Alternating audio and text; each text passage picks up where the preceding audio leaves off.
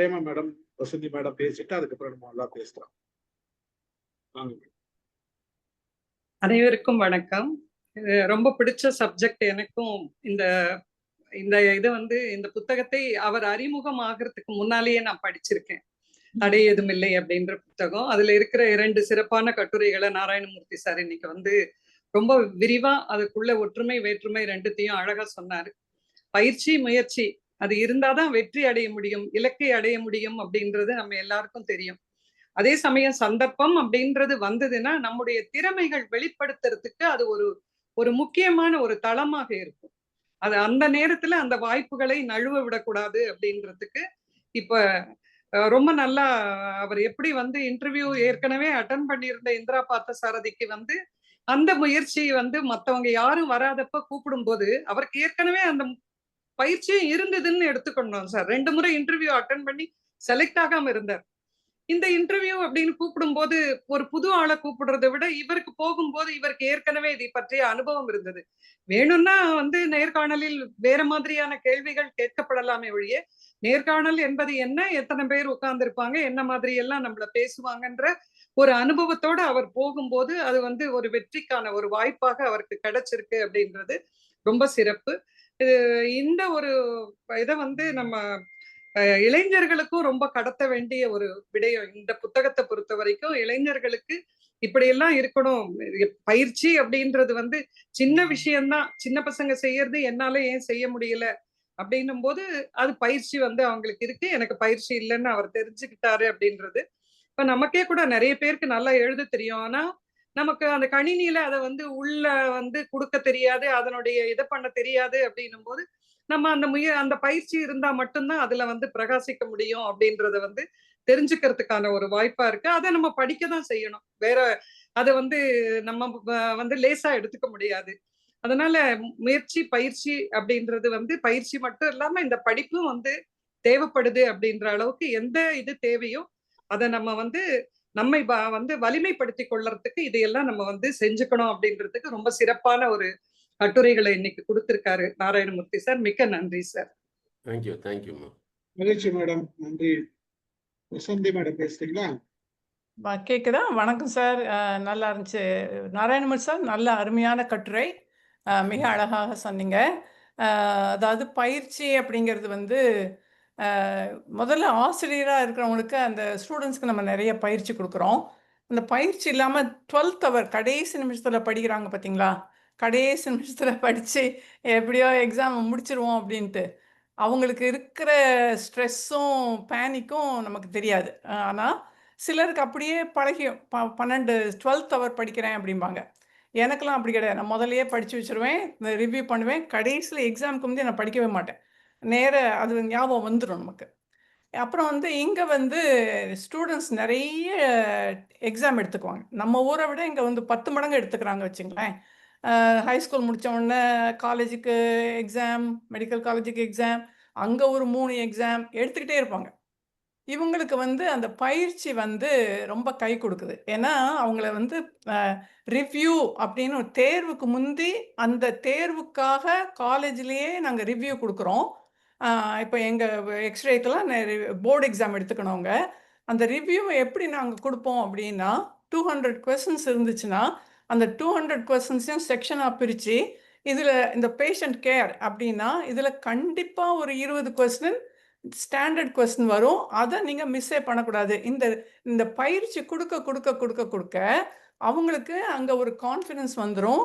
அங்கே போனோடனே ஸ்டக் ஆக மாட்டாங்க. அவங்க டக்குன்னு எடுக்க முடியும் அவங்களால.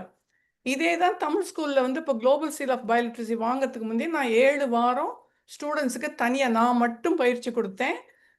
8 ஸ்டூடெண்ட்ஸும் ஹை லெவலில் பாஸ் பண்ணிட்டாங்க, அட்வான்ஸ் லோ லெவலில் பாஸ் பண்ணிட்டாங்க. ஏன்னா அது திருப்பி பயிற்சி கொடுக்குறது. இந்த பயிற்சி ஏன் நம்ம கொடுக்குறோம் அப்படின்னா அந்த ரெப்பிட்டேட்டிவ் பண்ணும்போது நீங்களே பாருங்கள். கார் முதல்ல ஓட்டும்போது நமக்கு வந்து தடுமாறும், பயம் இருக்கும், எல்லாம் இருக்கும். ஆனால் அது செகண்ட் நேச்சர் ஆகிடும். கொஞ்ச நாளில் அது பயிற்சி வந்த உடனே தானாக உங்களுக்கு கிளச் போகும், தானாக கியரை மாற்றுவீங்க, தானாக போய்கிட்டே இருக்கும். பாட்டு கேட்டுக்கிட்டே நீங்கள் ட்ரைவ் பண்ணலாம், நான் பாடிக்கிட்டே ட்ரைவ் பண்ணுவேன். அது வந்து செகண்ட் நேச்சர் ஆயிடுது. அந்த ப்ராக்டிஸ் மேக்ஸ் யூ பர்ஃபெக்ட். அதுதான் இங்கே சொல்ல வராரு. அடுத்தது வந்து opportunity knocks you only one time. Opportunity எப்போவும் உங்களை நாக் பண்ணாது, ஒரு தடவை நாக் பண்ணும். அந்த நாக் பண்ணுறதை நீங்கள் புரிஞ்சுக்கிட்டீங்க அப்படின்னா நீங்கள் வெளியில் வருவீங்க. இல்லை இப்போ எதுக்கு, நான் அப்புறம் பார்த்துக்கிறேன் அப்படின்னா பண்ண முடியாது. ஒரே ஒரு எக்ஸாம்பிள் மட்டும் நான் சொல்லணும்னு நினைக்கிறேன். அதாவது ஒரு ஆன்காலஜி குரூப்பில் நான் வந்து போய் எம்ஆர்ஐக்காக அப்ளை பண்ணியிருந்தேன். ரொம்ப நல்ல குரூப் அது. நான் காலையில் என்னோட இதை கொடுக்குறேன், அப்ளிகேஷன் ஃபார்மை. நான் ட்ரைவ் பண்ணிக்கிட்டு வர்றேன், அப்போ அவங்க கூப்பிட்றாங்க, வென் கேன் யூ ஜாயின் அப்படின்னாங்க. I can join right now அப்படின்ட்டு யூ டர்ன் பண்ணிட்டு போயிட்டேன். ஏன்னா எனக்கு என்ன பயம்னா, இப்போ நான் நாளைக்கு வரேன்னு சொன்னால் மத்தியானம் வேறு யாராவது செலக்ட் பண்ணிடுவாங்க. ஸோ நேராக போனேன், ஐ ஜாயின் அப்படின்னேன், எனக்கு இந்த இதெல்லாம் தெரியும் அப்படின்னு அடுத்த நாள்லேருந்து ஆரம்பிச்சிட்டேன். ஸோ இந்த வந்து ஒரு அக்ரெசிவ்னஸ் ஆப்பர்ச்சுனிட்டி வரும்போது இருக்கணும் அப்படின்னு நினைக்கிறேன். ரொம்ப நல்ல கட்டுரை சார், நல்லா இருந்துச்சு. தேங்க்ஸ். நன்றி மேடம், நன்றி. மகிழ்ச்சி. சிவகுமார் சார் பேசுறீங்களா? பேசுறேன் சார். நமக்கு ஓகே, ரவி சார் வாங்க பேசுங்க. ரவி சார் நீங்க. வணக்கம் சார். சார் வழக்கம் போல மிக சிறந்த வாட் இஸ் தட் ப்ரெசன்டேஷனு ரொம்ப நல்லா இருந்தது. ரெண்டுமே ரொம்ப முக்கியமான டாப்பிக்கு. நம்ம வசந்தி மேடம் சொன்னாங்க, நாங்கள் பாட்டு பாடிட்டே வந்து டிரைவிங் பண்ணுவோம் அப்படின்னு சொல்லிட்டு. நல்ல வேளை அவங்களுக்கு டான்ஸ் தெரியாது, இல்லைன்னா டான்ஸ் ஆடிட்டே அவங்க பாட்டு பாடிப்பாங்கன்னு நினைக்கிறேன். அண்டு சார் இதில் வந்து எனக்கு 2 சஜஷன் இருக்குது. சார் சொன்னதில் வந்து 2 ஷார்ட்ஸாக போடுங்க. ஒன்று 7 to அவர் ஸ்டார்ட் பண்ணதுலேருந்து 7:28 வரைக்கும் ஒன்று, அப்புறம் 7:28 7:35 வரைக்கும் ஒன்று. தனித்தனி ஷார்ட்டாக கொஞ்சம் போட்டிங்கன்னா அது நிறைய பேருக்கு அனுப்புறதுக்கு ஈஸியாக இருக்கும், ரொம்ப இதுவாக இருக்கும். இப்போ ஃபஸ்ட்டு சந்தர்ப்பத்தை பொறுத்த வரைக்கும் இந்த ட்ரைனிங் சொன்னாங்க இல்லையா, டைப் ரைட்டிங். அந்த காலத்தில் வந்து முதல்ல சேர்றதுக்கு வந்து நம்மளுக்கு டைப் ரைட்டிங் மினிமம் தெரிஞ்சுக்கணும், ஹையர் இருந்துருக்கணும். அது மாதிரி டைப் ரைட்டிங் தெரிஞ்சவங்க வந்து ஃபஸ்ட்டு கம்ப்யூட்டர் இன்ட்ரடியூஸ் ஆனப்போ அவங்களுக்கு வந்து ரொம்ப அட்வான்டேஜஸாக இருந்தது அது. ஆனால் இந்த கம்ப்யூட்டர் டைப் ரைட்டிங்கே தெரியாமல் இருக்கவங்க, இந்த கம்ப்யூட்டரில் வந்து எனக்கு தெரியாது, எனக்கு அப்படி இப்படின்னு சொல்லி தயங்குனவங்க வந்து அவங்க மேலே வரவே முடியல, கொஞ்சம் அவங்க கீழ்நிலையிலேயே வந்து இருந்தாங்க. ஸோ இந்த பயிற்சி and ready to grab the opportunity வந்து எவ்வளோ தூரத்தில் நம்மளுக்கு யூஸ்ஃபுல்லாக இருக்குன்றது ஒரு நல்ல எக்ஸாம்பிளாக இருக்கும். அதே மாதிரி சில பேர் வந்து ட்ரைனிங்னாலே வந்து இந்த விளையாட்டுன்னு சொல்லி நினச்சிப்பாங்க. இப்போ நம்மளுக்கு வந்து ஜென்ரலாக வேறு சப்ஜெக்ட் ஓரியன்ட் ட்ரைனிங் இல்லாமல் நம்ம ஜென்ரல் சைக்காலஜி மற்ற ட்ரைனிங்லாம் வேறு கொடுப்பாங்க. ஸோ அந்த ட்ரைனிங்கை வந்து சீரியஸாக எடுக்காமல் சும்மா வந்து டைம் பாஸு அந்த மாதிரி வந்து எடுத்துகிட்டு போவாங்க. ஸோ அந்த மாதிரி எடுக்கிறவங்க வந்து கண்டிப்பாக அந்த முயற்சி இதில் வாழ்க்கையில் எல்லாம் கொஞ்சம் முன்னேற முடியாது. சந்தர்ப்பம் வந்து இந்த இந்திரா பார்த்த சார் நீங்கள் சொன்ன சந்தர்ப்பம், அந்த லாஸ்ட்டாக இந்த வசந்தி மேடம் சொன்னதெல்லாம் வந்து ரொம்ப very good examples. And Prema madam சொன்னப்போ ஒரு 4-5 இது நல்லா ஷார்ப்பாக சொன்னாங்க. பயிற்சி, முயற்சி, இலக்கு, வெற்றி, சந்தர்ப்பம், வாய்ப்புகளை நழுவக்கூடாது. பயிற்சி சின்ன விஷயம்தான், ஆனால் வலிமைப்படுத்த தேவை. ரொம்ப ஷார்ட்டு, ரொம்ப சிங்கிள் வேர்டு தான், ஆனால் மிக சிறப்பாக சொன்னாங்க. வாழ்த்துக்கள் மேடம். அனைவருக்கும் நன்றி. தேங்க்யூ. நன்றி சார், நன்றி. வேலம்மாள் மேடம் வாங்க. வணக்கம் சார், அனைவருக்கும் வணக்கம். ரொம்ப சிறப்பாக அதை ரொம்ப இயல்பா சொன்னாங்க. சார் எழுதியிருக்கதே ரொம்ப சிறப்பு.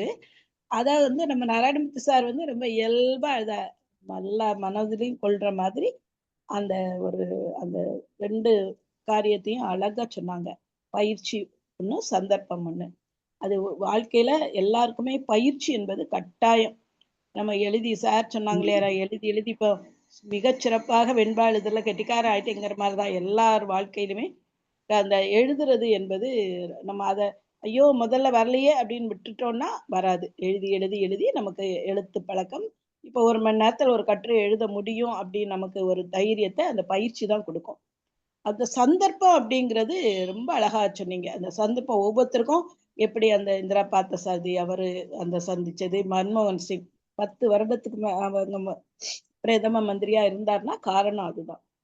இப்போ என்னுடைய வாழ்க்கையில பாத்தீங்கன்னா, நான் வந்து இந்த கல்லூரி முதல்வர் ஆனது அப்படிதான். உடனே ஒரு நாள்ல தான் எனக்கு அந்த ஆப்பர்ச்சுனிட்டி கொடுத்தாங்க. உடனே போய் அந்த நிறைய பேர் வந்திருந்தாங்க நேர்முக தேர்வுக்கு. நிறைய கல்லூரியில இருந்து அந்த இதுக்கு வந்திருந்தாங்க. எனக்கு இருந்த பயிற்சி தான் உண்மையிலே. அந்த பயிற்சிகள் எனக்கு வந்து கல்லூரியில பல இதுலயும் நான் இருந்தது. எனக்கு அந்த ஆப்பர்ச்சுனிட்டிய வாங்கி கொடுத்ததுன்னு அப்படிதான் சொல்லுவேன். அது ஒண்ணு. இன்னொன்னு பார்த்தீங்கன்னா, வந்து நான் வந்து என்சிசி ஆஃபீசர். முதல்ல வந்து அப்ளை பண்ண சொன்னாங்க கல்லூரியில. நான் அப்ளை பண்ணிட்டேன். அப்ளை பண்ணும்போது எங்க முதல்வர் கூப்பிட்டு, "இல்லம்மா நீ கொஞ்சம் உனக்கு கொஞ்சம் சின்ன குழந்தையா இருக்குது எல்லா பிள்ளைங்க. இப்ப வேண்டாம்." அப்படின்னு அவங்களுக்கு வேண்டிய ஒருத்தவங்களுக்கு குடுக்கறதுக்காக அந்த மறுப்பு எனக்கு மறுத்தாங்க. நான் ஒண்ணும் அத நினைச்சுக்கல வந்துட்டேன். ஆனா அந்த அவங்க போட்டவங்க ஒரு 2 வருடம் கூட இருக்கல. 2 வருடம் திரும்ப என்ன கூப்பிடுறாங்க. நம்ப மாட்டீங்க. ஒரு நாள் என்னுடைய வயசு கூடிட்டுது. ஒரு நாள். ஒரே ஒரு நாள் தான். நேத்தைக்கு போயிருந்தா வயசு சரி. அடுத்த நாள் போறேன். வயசு கூடுது. ஆனா ரொம்ப உங்களுக்கு தெரியும் என்சிசில வந்து ரொம்ப அ கரெக்ட்டா இருப்பாங்க அந்த ஆபீசர்ஸ் வந்து மிலிட்டரி சிஸ்டம் இல்லையா? நாங்க போயாச்சு. ஆனா அவங்க சொல்றாங்க, "இல்ல மேடத்துக்கு ஒரு நாள் வயசு கூடிட்டுது. வேற யாராவது அனுப்புங்கன்னு" அவங்க எங்க மெயில் அனுப்புறதுக்குள்ள நான் அங்க போயிட்டேன். அந்த சந்தர்ப்பம் எப்படி எனக்கு வருதுங்கிறதுக்கு சொல்றேன். அங்க போன உடனே அவங்க என்ன பார்க்குறாங்க. பார்த்துட்டு என்னுடைய எல்லாம் பயோடேட்டா எல்லாம் பார்த்தாங்க. என்ன எனக்கு ப்ளஸ் பாயிண்டா இருந்ததுன்னா, நான் படிக்கும்போதே என்சிசி ஆஃபீஸரா இருந்தேன். என்சிசி அண்டர் ஆஃபீஸரா இருந்தேன். தெரியும் என்சிசில இருந்தவங்களுக்கு தெரிஞ்சிருக்கும். அது எனக்கு ஒரு ப்ளஸ் பாயிண்டா இருந்தது. அப்புறம் எங்க சிஓ வந்து ரெக்கமெண்ட் பண்ணிட்டாரு. ஒரு வயசெல்லாம் நம்ம ஒரு நாள பார்க்க வேண்டாம். ஒரு வயசு கூட இல்ல. ஒரு நாள். ஒரு நாள் கூடுனத பத்தி நம்ம மைண்ட் பண்ண வேண்டாம். நான் சென்னைக்கு அனுப்பி மேடத்துக்கு நான் பெர்மிஷன் வாங்கிருதேன்னு சொல்லி வாங்கி, நான் ஓய்வு பெறதுக்கு முதல்வர் வர்றது வரைக்கும் அந்த பதவியில நான் இருந்தேன் அப்படின்னா, அந்த சந்தர்ப்பத்த நான் உடனே கொஞ்சம் நேரம் தாமதிச்சிருந்தா கூட முதல்வர் அனுப்பியிருக்க மாட்டாங்க. நான் உடனே கிளம்பி போயிட்டேன். அதுதான் எப்பவுமே வாழ்க்கையில எந்த சந்தர்ப்பம் வந்தாலும் வசந்தி அம்மா சொன்னது மாதிரி, உடனே நாம அத செயல்பாட்டுல செய்தோம்னா, சந்தர்ப்பம் அப்ப பயிற்சியும் சந்தர்ப்பம் தான் நம்ம வாழ்க்கையில ரொம்ப பெரிய ஆப்பர்ச்சுனிட்டீஸ். இன்னும் நெறைய என்னுடைய வாழ்க்கையில அது நடந்திருக்குது. இருந்தாலும் இந்த 2யும் முக்கியமா நான் கருதி சொன்னேன். ரொம்ப அழகா சொன்னீங்க நாராயணமூர்த்தி சார். வாழ்த்துக்கள். கதை எழுதின அ வலியப்பன் ஐயாவுக்கும் நான் வாழ்த்துக்கள்.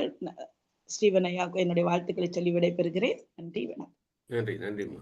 நன்றி, நன்றி. இதேதான் நம்ம வந்து ஒவ்வொருத்தரும் பேசும்போது அவங்களோட ஒரு அனுபவங்களை சொல்லிட்டு சொன்னா நல்லா இருக்கும்.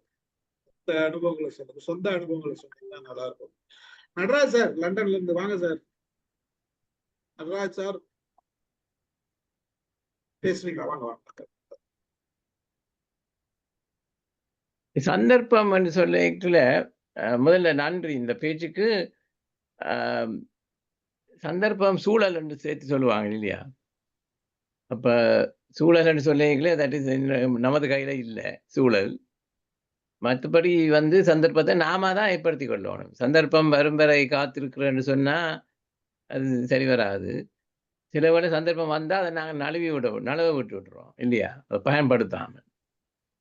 அப்ப ஆப்பர்ச்சுனிட்டிஸ்ன்னு சொல்லுவாங்க இல்லையா? ஓப்பன் அதை நாங்கள் அப்சர்வ் அண்ட் சி எப்போ அந்த சந்தர்ப்பம் கிடைக்குதுன்ட்டு. காற்றுள்ள போதே தூற்றிக்கொள்ளுன்னு சொல்லுவாங்க இல்லையா? அதே மாதிரி சந்தர்ப்பம் அப்படித்தான் இருக்கணும். ஆனா பொதுவாக நீங்க சொன்ன மாதிரி முயற்சி செய்யறது குறைவு அல்லது பயிற்சி போதாது. அப்ப சந்தர்ப்பம் வர இல்லைன்னு சொல்லி போஸ்ட்போன் பண்ணிக்கொண்டே இருப்பாங்க. அதுல தான் நாம ஜாக்கிரதையா இருக்கணும். அவ்வளவுதான் நமக்கு தோணிச்சுது. மற்றது வேற அது பேருந்து வந்தா திரும்ப பேசுறேன். நன்றி. உங்களோட பயிற்சி சொல்லுங்க. நீங்க பயிற்சி எடுத்து நான் சொல்லுவது இந்த ஆங்கிலத்துல ஒரு சொல் இருக்குது. சிஓபி என்றது. அது சரியான ஆங்கில சொல்ல அல்லது கப் அவுட்ன்னு சொல்லுவார்கள். கப் அவுட்ன்னு சொல்லிக்கல ஏதாவது ஒன்று நமக்கு கிடைக்காட்டி ஏதாவது ஒரு சாக்கு சொல்லுவார்கள். நான் சொல்வது சி என்பது கான்ஃபிடன்ஸ். சில பேருக்கு இயற்கையாகவே கான்ஃபிடன்ஸ் இருக்குது இல்லையா? அப்ப ஓ என்று சொல்றது அப்சஷன். எதை எடுத்தாலும் அதிலேயே விடாப்பிடியா இருந்து கொண்டிருக்கணும். பி என்பது பேஷன். இப்ப சில பேருக்கு ஏதாவது ஒன்றுல ஒரு பேஷனா இருப்பார்கள். அப்ப இதுல 3 இருந்தா உங்களுக்கு நிச்சயம் வெற்றி. 2 இருந்தா பரவாயில்ல. 1 போதாது. ஆனா இதை பயன்படுத்தாமல் சாக்கு சொல்லுவார்கள் இல்லையா? நமக்கு காலம் சரியில்லை. கால நேரம் சரியில்லைன்னு சொல்லி அதை சொல்றது கப் அவுட் பண்ணி கொண்டு இருக்கிறார்கள்னு சொல்லி அப்ப சில பேருக்கு இயற்கையாவே கான்ஃபிடன்ஸ் இல்ல. ஆனா நாங்கள் இந்த அப்சஷன விடா முயற்சியா அதுல ஈடுபட்டா கான்ஃபிடன்ஸ் ஓரளவுக்கு வரும். பேஷன் இருந்தா you will automatically become obsession. அப்சஷன்லாம் வந்துரும் இல்ல. எந்த விதத்திலயும் உங்களுக்கு ஒரு பேஷனா இருந்தா, இந்த தொழில் செய்யணும், இந்த இது செய்யணும்னு ஒரு பேஷனா இருந்தா, அப்ப அதுதான் நான் சொல்வது, இந்த காப் அவுட்ன்னு சொல்லாமல், நீங்கள் இந்த 3லையும் எங்களுக்கு ஏதாவது விஷயத்துல வெற்றி அடையறதுக்கு இது அவசியமா இருக்குது. ஆம், சந்தர்ப்ப சூழல் என்று சொல்வதற்குள்ள சம்டைம்ஸ் பியாண்ட். இப்ப நீங்க என்னுடைய அனுபவம் கேட்டா எதை சொல்றேன்னு தெரியல.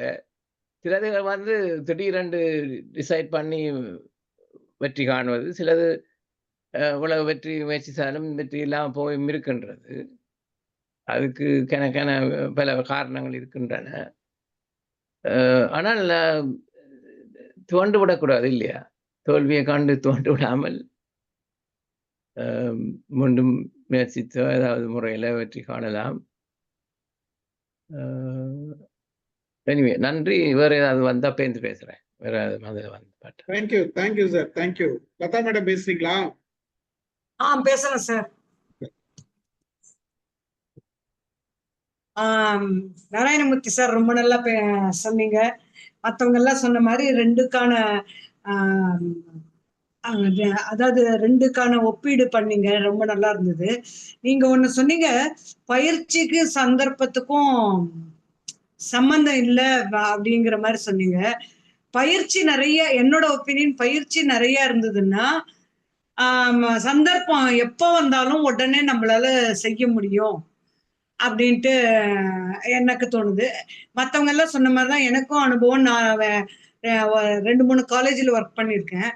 ஸோ அங்க ஒரு காலேஜ்ல நிறைய பயிற்சி எடுத்தேன். ஏன்னா ஃபர்ஸ்ட் என்டர் பண்ணும்போது ரொம்ப தெரியாது. எப்படி என்னதான் ஸ்டூடெண்டா இருக்கும்போது டீச்சர்ஸ் நமக்கு நடத்தினா கூட, நாம டீச்சர் ஆகும்போது அது அந்த சிச்சுவேஷன் எல்லாம் வேற மாதிரி இருக்கும்.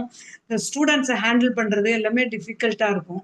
ஸோ அப்போ நிறைய ப்ரிப்பேர் பண்ண, பயிற்சி எடுக்கிறதுன்னு ஆஸ் அ லெக்சரர் அதுதானே நிறைய ப்ரிப்பேர் பண்ண. அங்க வந்து ஒரு கொஞ்சம் தான் நம்ம நடத்துவோம். அந்த பீரியடுக்கு எவ்வளவு முடியுமோ அவ்வளவுதான் பண்ணுவோம். ஆனா நம்ம நிறைய ப்ரிப்பேர் பண்ணி வச்சுப்போம்.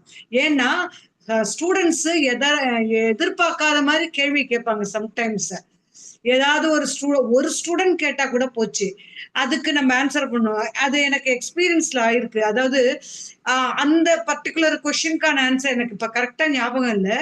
நான் அது ப்ரிப்பேர் பண்ணல. ஆனாலும் நான் நிறைய வேறெல்லாம் ப்ரிப்பேர் பண்ணதுனால அந்த மொமெண்ட் என்னால அதுக்கான அந்த கொஸ்டினுக்கான ஆன்சர் பண்ண முடிஞ்சது.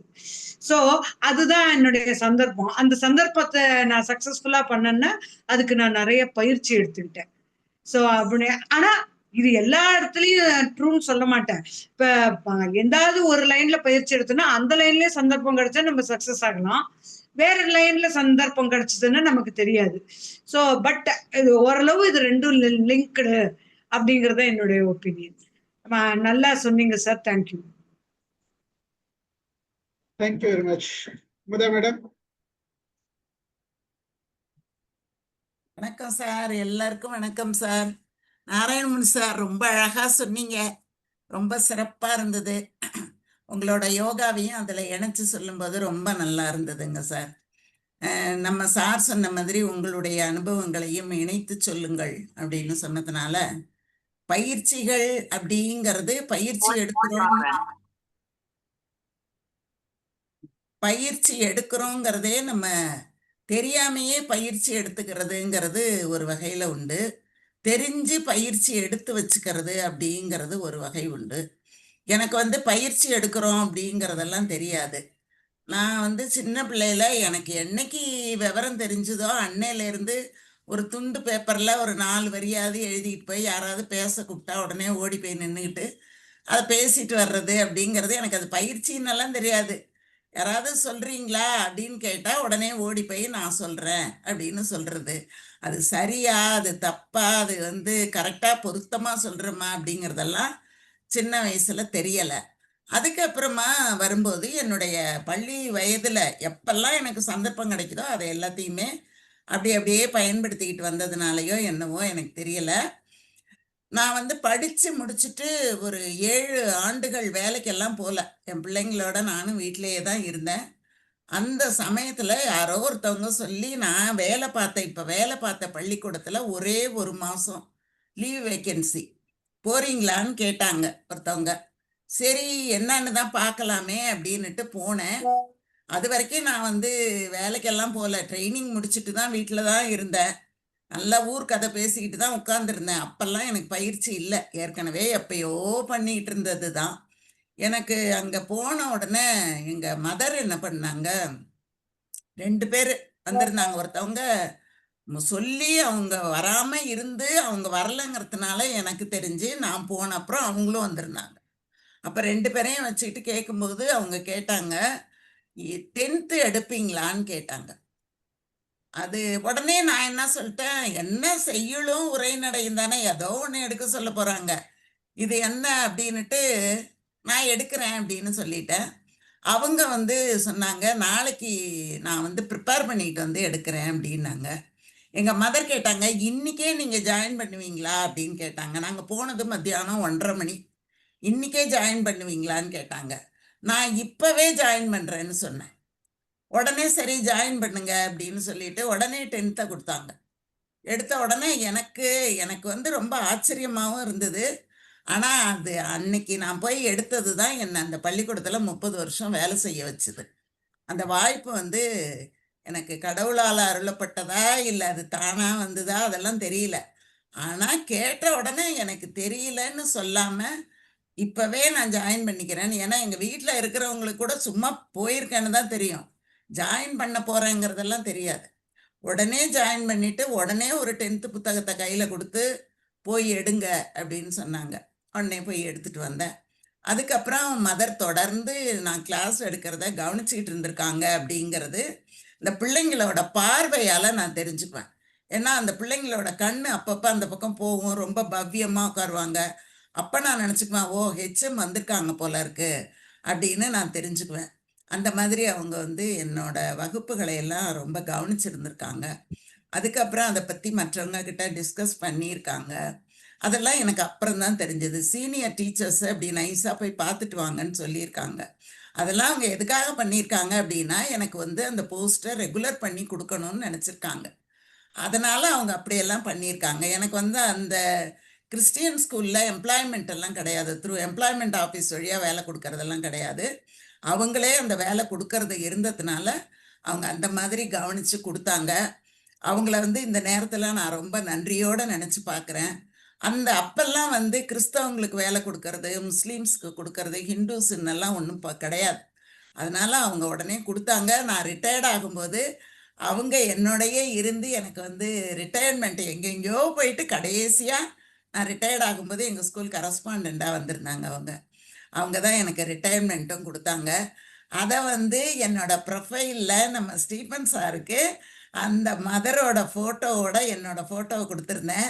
அது அந்த ப்ரொஃபைல் பிக்சர்ல எனக்கு வேலை குடுத்த மதர் இருக்காங்க. அவங்க என் மனச விட்டு நீங்காதவங்க அவங்க.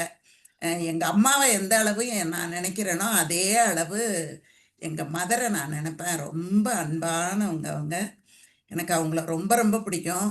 மதர் ஐரின், மெர்சி ஐரின் தான் அவங்க பேரு. அவ்ளோ ஒரு நல்லபடியா நான் வந்து வேலைய முடிச்சுட்டு வரதுக்கு ரொம்ப உதவியா இருந்தாங்க. அவங்களையும் நான் அந்த நேரத்துல நன்றியோட நினைச்சு பார்க்குறேன். இந்த வாய்ப்ப ஏற்படுத்தி குடுத்ததுக்கு காரணமா இருந்தது நம்ம சோமவல்லியப்பன் சாரோட கட்டுரை. அத படிச்ச நாராயணமூர்த்தி சாரு, அதுக்கு வாய்ப்பு குடுத்த ஸ்டீபன் சார், இது எல்லாத்தையும் நல்லா நம்ம பகிர்ந்து நம்முடைய அனுபவங்களையும் சேர்த்து உரையாற்றிக் கொண்டிருக்கோம் நாம. ஆக எல்லாத்துக்கும் நன்றி. எல்லாருக்கும் நன்றி அப்படின்னு சொல்லிட்டு, நான் வந்து இதோட நான் நிறைவு செய்து கொள்கிறேன். நன்றி சார். வணக்கம். வாய்ப்புக்கு நன்றி.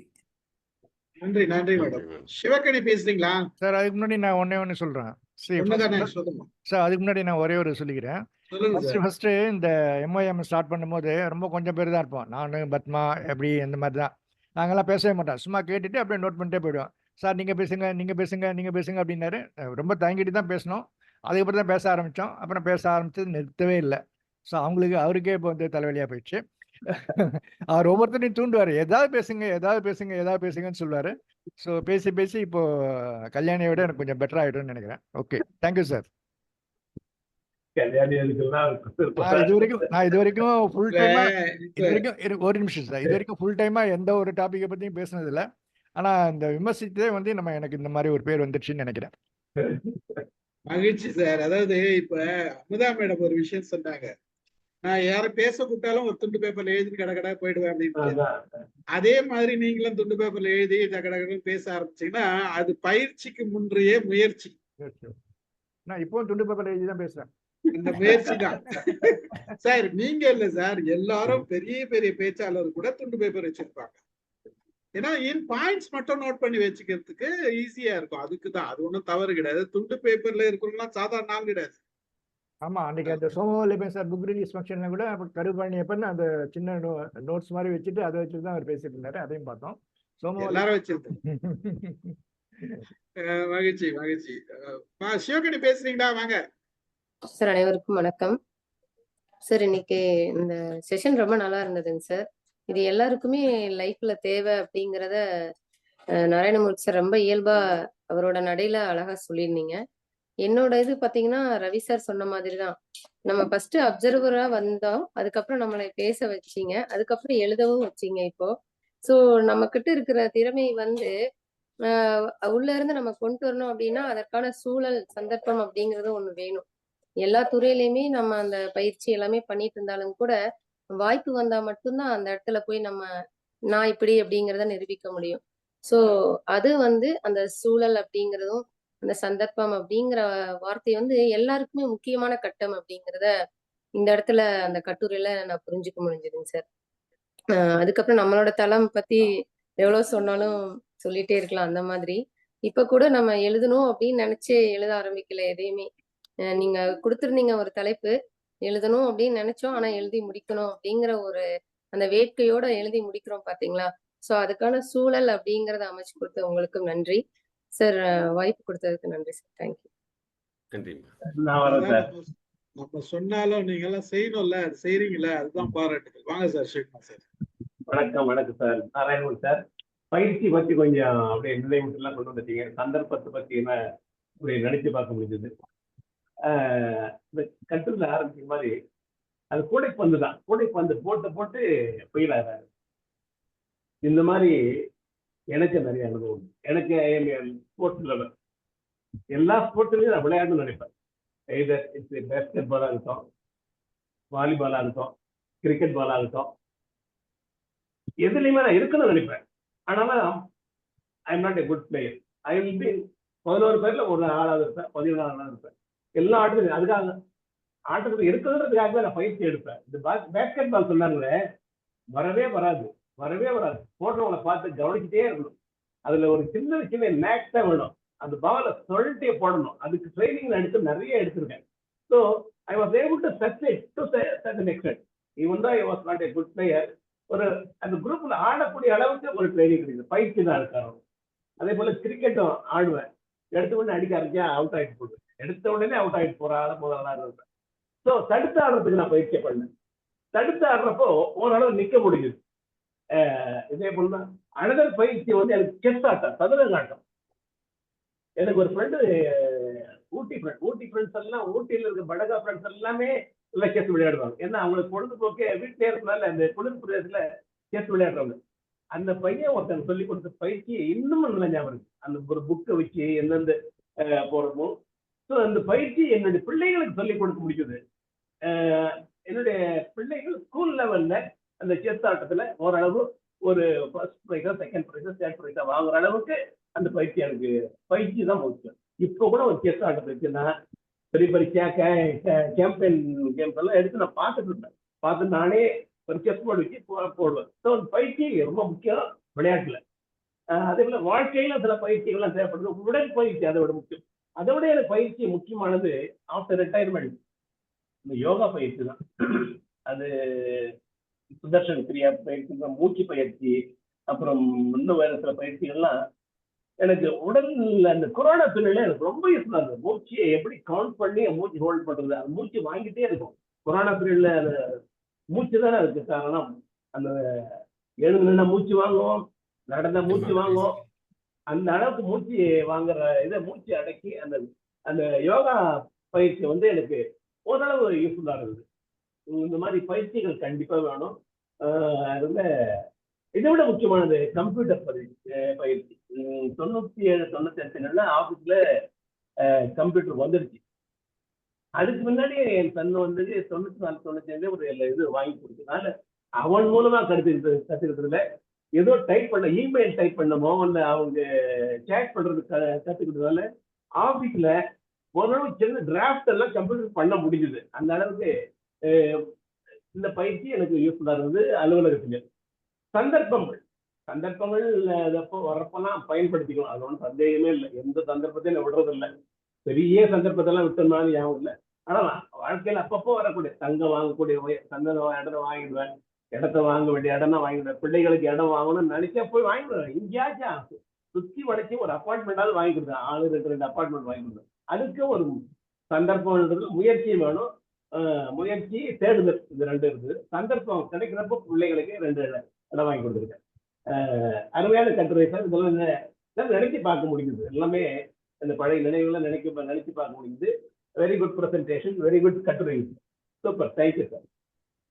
நன்றி சார், நன்றி சார். எல்லார்கிட்டையும் ஒரு கேள்வி. யாரெல்லாம் இங்க ஸ்போர்ட்ஸ் மேன் அண்ட் ஸ்போர்ட்ஸ் உமனா இருந்திருக்கீங்க, ஸ்போர்ட்ஸ் மேனா இருந்திருக்கீங்க? யாரெல்லாம்?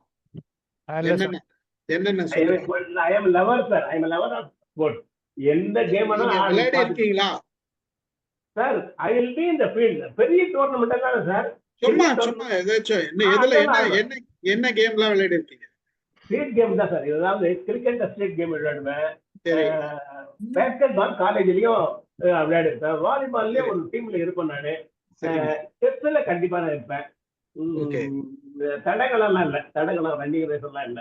இந்த மெயினா பேஸ்கெட் பால், வாலிபால், கிரிக்கெட்ல இருப்பேன். ஒரு டீம்ல இருப்பேன், அவ்வளவுதான்.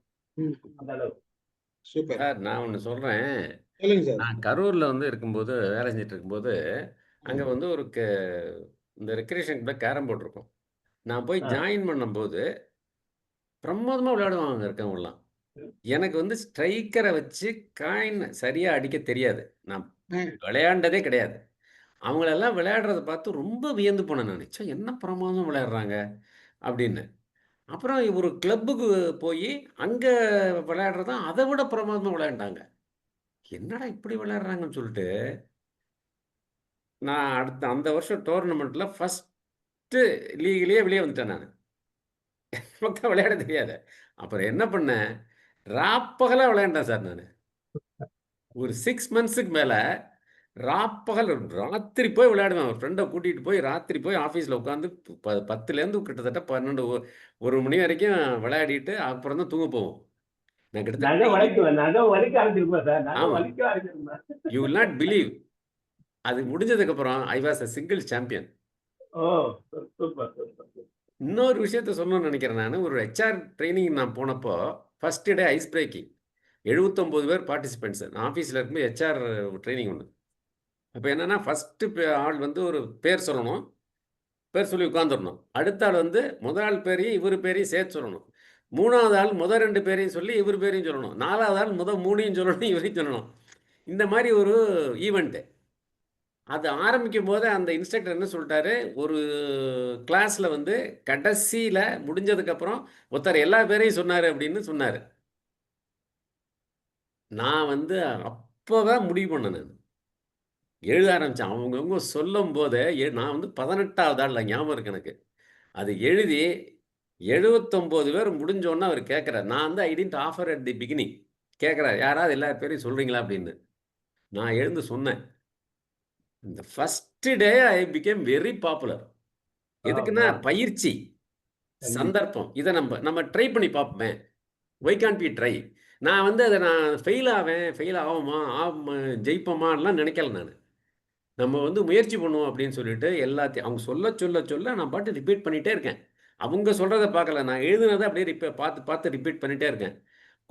அவருடைய அந்த அதில் வந்து ஃபஸ்ட்டு பேர் வந்து மதுன் பேர் இன்னும் ஞாபகம் இருக்கு எனக்கு. இந்த ஃபஸ்ட் ஆள் சொன்னது நான் எதுக்கு சொல்கிறேன்னா, பயிற்சி சந்தர்ப்பம் 2ஐயும் பயன்படுத்தி அதை வந்து சக்ஸஸ் ஆனது அன்னைக்கு வந்து அது என் வாழ்க்கையில அது மறக்க முடியாத ஒரு விஷயம் அது. ஸ்போர்ட்ஸ் பத்தி கேட்க போய் எந்த விஷயம் வெளியில வந்தது பாரு. பாருங்க. வேற யாரு? நான் வந்து சார் அத்லெட்டிக் ஸ்போர்ட்ஸ் உமன். சின்ன கிளாஸ்ல எல்லாம் ஏதோ ஒண்ணு அப்படி இப்படிதான் வாங்குவோம். நிறைய காம்படிஷன் இருக்கும். எம்எஸ்சி படிக்கும்போது நாங்க லேடிஸ் ரொம்ப கம்மி. சோ அதனால நான் சாம்பியன்ஷிப்பே வாங்கினேன். Very good very good very good. வேற யாரு ஸ்போர்ட்ஸ் உமன்? நானும் கேரம் போர்டு பிளேயர் தான். ஆனா கம்பெனில கேம் நடக்கும்போது நம்ம எல்லாம் காயின் பண்றது வந்து ஃப்ரண்ட்ல இருந்து நேரா டைரக்டா தான் அடிச்சு காயின் பாக்கெட்ல போடணும். ஆனா அன்னைக்கு கேம் என்ன சொல்றாங்கன்னா பின்பக்கமும் பாக்கெட் பண்ணலாம், அந்த பேக் சைடும் போடலாங்கிறத அது நம்ம ட்ரெயினே எடுக்க இல்லை. அப்புறம் நான் அப்படி சண்டை பிடிக்கிறேன், இதெல்லாம் ஃபார்வர்ட் பண்ணி தான் காயின் போடணும், பின்னால நாங்கள் போட்டு பழக்கமே கிடையாது, அப்படியே போட முடியாது அப்படி இப்படின்ட்டு கடைசியில் இதான் ரூல்ஸ்ன்ட்டானுவா. அப்போ நான் தோற்று போயிட்டேன். அப்புறம் நான் இவங்கெல்லாம் ஃபேமிலி வரதுக்கு முன்னால ஒரு ஹோட்டல் பின்பக்கம் ஒரு பங்களாதேஷ்காரன் ஒரு பாகிஸ்தான்லாம் ஒரு ஸ்டாண்ட் பார் வச்சு விளையாடிட்டே இருப்பானுவா. அதுக்குண்டே போய் இந்த பேக்கில் போடுறதெல்லாம் பழகி அடுத்த வருஷம் கம்பெனியில் விளையாடும் போது ரன்னர் அப் வந்தேன். அதே மாதிரி வாலிபால் பிளேயர், நானும் வாலிபால்ல நிறைய சர்டிஃபிகேட்லாம் காலேஜ் படிக்கும் போதும் வாலிபால் நல்லா ஹைட்டு சென்டரில் சப்ளை கொடுப்போம், நம்மளை போடுவானுவா. ரொம்ப நன்றி. அந்த சாருடைய கிளிப்பை நான் இன்னும் சரியாக கேட்கல சார். ஃபர்ஸ்ட் கதையை மட்டும் கேட்டேன், ரெண்டாவது கதையை நீங்கள் எல்லாம் எழுதிட்டீங்களான்னு கேட்டிருக்கலாம் அவங்க. நம்ம அதாவது என்ன சொன்னாங்களே, நம்ம சந்தர்ப்பத்தை பயன்படுத்தாமல் இது வரைக்கும் உங்களுக்கு கட்டுரை எழுதாமல் இருக்கிறேன். பார்க்கலாம் நாராயண் சார் இப்போ எடுத்த எபிசோடாவது நமக்கு மண்டையில் படுதான்னு பார்ப்போம். ரொம்ப நன்றி சார். அதுக்காக தான் இந்த கதையை சொன்னது நாங்கள். அடுத்து வேற யார் ஸ்போர்ட்ஸ் உமன் ஸ்போர்ட்ஸ் மேன் குயிக்கா சொல்லுங்க கடகடன்னு. யார் இருக்கீங்க? யாரும் இல்லையா? அத்லெட்டிக் சார் சொன்ன மாதிரி கேரம் பிளேயர், அத்லெட்டிக். மத்தபடி ரொம்ப இது எப்பமாவது டென்னிகாய்ட், அவ்வளவுதான். கல்யாணி மேடம் கேமரா ஆஃப் பண்ணிட்டாங்க இந்த கேள்வி கேட்டோம். டென்னிகாய்ட் இருக்காமா? இன்னமும் விளையாடுறாங்க டென்னிகாய்ட் கேம் இருக்கு. அந்த காலத்துல அப்ப வாங்கினது சார். அது அந்த ஒரு டாபிக்கே டிவியேட் பண்ணிட்டீங்க. அப்புறம் எங்க சார் உள்ள வருது? நம்ம முதல்ல டாபிக் சும்மா சொல்லுங்க, ஒரு குயிக்கா ஒரு 2 மினிட்ஸ் சொல்லுங்க, கடகடன்னு சொல்லுங்க. இல்ல ரைட் ஓகே. வேற யாரு? பிரசன்னா, என்ன ஸ்போர்ட்ஸ் விளையாடுங்களா? சார் நான் கேரம் விளையாடுவேன் சார். மத்ததெல்லாம் வந்து கோலி பம்பரம் அதெல்லாம் ஏதோ ஒண்ணு. அதாவது எதுக்காக இதை கேக்குறேன்னா, இல்ல தாயம் பல்லாங்குழி கோலி அதெல்லாம் தான் சார். Okay okay. செஸ் ஓரளவு விளையாடுவேன், கேரம் நல்லா விளையாடுவேன், கேரம் பிளேயர். Super super. வேற யாரும் இல்லையா? நான் வந்து I was a football player. School விளையாடி இருக்கேன், காலேஜுக்கு விளையாடி இருக்கேன், தனியா விளையாடி இருக்கேன், ஸ்டேடியத்துக்கு விளையாடி இருக்கேன், நிறைய மேட்ச்ல விளையாடி இருக்கேன். ரொம்ப எங்க ஃபேமிலி ஃபுட்பால் பிளேயர்ஸ். நாங்க எங்க அப்பா முதல்க என் தம்பிக்கு முதல்க எல்லாருமே ஃபுட்பாலை தவிர மற்ற என்னெல்லாம் கேம் இருந்திருக்கேன்னா, ஹாக்கி விளையாடி இருக்கேன், கபடி விளையாடி இருக்கேன், ஆத்லெட்டா இருந்திருக்கேன், கேரம் விளையாடுவேன், செஸ் விளையாடுவேன், கராத்தே கத்துக்கினேன், யோகா கத்துக்கினேன், யோகா ட்ரெயினர் இருந்திருக்கேன், இன்னைக்கும் இருக்கிறேன். ஸோ ஸ்போர்ட்ஸ்ல வந்து எனக்கு சில விஷயங்கள்ல வந்து ரொம்ப இன்வால்மெண்ட், நிறைய வாய்ப்பு கிடைக்கும் போது இதெல்லாம் பயன்படுத்துவோன்றது தான். பயிற்சி தான் காரணம், எல்லாமே பயிற்சி தான். நம்ம என்னன்னா ரெகுலரா விளையாடுவோம். ஃபுட்பால்னா டெய்லி விளையாடுவோம், எவ்ரிடே விளையாடுவோம். அப்போ அந்த பிராக்டிஸ் வரும் இல்லையா? நமக்கு எல்லாத்துக்குலயுமே அந்த ஸ்போர்ட்ஸ் தானே அறிமுகமா ஒரு இது கட்டுரையில வந்தது. அதனாலதான் இந்த கேள்வியை கேட்டேன். மகிழ்ச்சி மகிழ்ச்சி. அடுத்தது யார் பேச? Football player sir. ஃபுட்பால்ல முதல்ல இருந்தே ஒரு அலர்ஜி ஆயிடுச்சு சார். அப்பெல்லாம் ஒரு மவுத்னு ஒண்ணு இருக்கு சார், டைட் பண்ணிருப்பாங்க. அந்த மவுத்ல அடிபட்டா கால் வீங்கிடு சார். அந்த பழைய பால் வச்சு கட்டுறது, அதுல விளையாடி கால் அடிபட்டு வீங்கி போய் அந்த ஃபுட்பால் கிரவுண்ட் மட்டும் நல்ல போறது. நிறைய அடிபட்டு இருக்கேன், நிறைய இது பண்ணிருக்கேன். எனக்கு ஃபுட்பாலால ஒரு காயமும் இருக்குது, தழும்பும் இருக்குது எனக்கு. பாருங்க இங்க இருக்கும் என்னோட தழும்புடம். ஃபுட்பால் விளையாடி விழுந்து வாங்கினது ஒரு வாங்கின ஷீல்டு எனக்கு. அந்த மாதிரி பல விஷயங்கள் இருக்கு. மகிழ்ச்சி. வேற யார் பேசாதவங்க? சக்கரபாணி சார் பேசுறீங்களா? அப்படிதான் பேசல. சக்கரபாணி சார் இருக்கீங்களா? அனைவருக்கும் வணக்கம். வணக்கம் வணக்கம் சார். வாய்ப்புக்கு நன்றி. ஆக்சுவலா நான் முதல்ல ஜாயின் பண்ணல. நம்ம ஸ்டீபன் சார் நாராயணமூர்த்தி சார் பற்றி நான் வாசிச்சுட்டு ஸ்டீபன் சார் பேச ஆரம்பிச்சதுக்கு அப்புறம் தான் நான் ஜாயின் பண்ணேன். பண்ணிக்கவும் நல்ல ஆக்சுவலா உங்களுடைய இந்த பின்னூட்டத்தை பார்க்கும்போது ஒவ்வொருத்தருமே சொல்றதை வச்சு ஆசிரியர் சோமவல்லியப்பன் ஐயா வந்துட்டு எழுதின அந்த இது நாராயணமூர்த்தி சார் வந்து சந்தர்ப்பம் மற்றும் பயிற்சி தரும் பலம் இந்த இதுல வந்து சொன்னது. அது குறித்த அந்த பின்னூட்டத்தை கேட்கும்போது ரொம்ப மகிழ்ச்சியா இருந்தது. ஒவ்வொருத்தரும் அந்த பின்னூட்டத்தை ஒரு சரியான முறையில சொன்னீங்க. அதை நான் ரொம்ப அனுபவிச்சதில்லை அந்த வார்த்தைகளை கேட்டு. உண்மையில இந்த தலைப்பு வந்து எனக்கு ரொம்ப பிடிச்சிருந்தது. சந்தர்ப்பம் மற்றும் பயிற்சி தரும் பலம். சந்தர்ப்பம் கிடைச்சி அதுல பயிற்சி எடுக்கும் போது அது கொடுக்கக்கூடிய பலம், அது என்னுடைய அலுவலக அனுபவத்துல அலுவலக வாழ்க்கையில நிறையவே கிடைச்சிருது. எனக்கு உண்மையிலேயே நான் ரொம்ப பெருமையா சொல்லிக்கிறேன். ரொம்ப அனுபவிச்சிருக்கேன். 1973 ஐபிஎம் கம்பெனிக்காரங்க அவங்களே வந்துட்டு இப்ப அதெல்லாம் இல்லை, நடைமுறையில இல்லை. ஆட்டோ கோடர்னு ஒரு அசம்பிளி லாங்குவேஜ், அதுக்கு நாங்க பயிற்சி தரோம், எங்க ஐபிஎம் ஆபீஸ்லயே வச்சுட்டு பயிற்சி தரோம், அதுக்கு பெயர் கொடுங்கன்னு சொல்லி கேட்டாங்க. ஆபீஸ்ல இருந்து ஒரு பெரிய லிஸ்ட் அனுப்புனாங்க. அந்த லிஸ்ட்ல என்னை விட 2 ரேங்க் ஹேர் ரேங்க்ல உள்ளவங்க பெயர்லாம் இருந்தது. எனக்கு ஆசை. அப்புறம் எங்க இன்சார்ஜ் கிட்ட போய் சொன்னேன், சார் எனக்கு ஏதாவது வாய்ப்பு கிடைக்குமான்னு.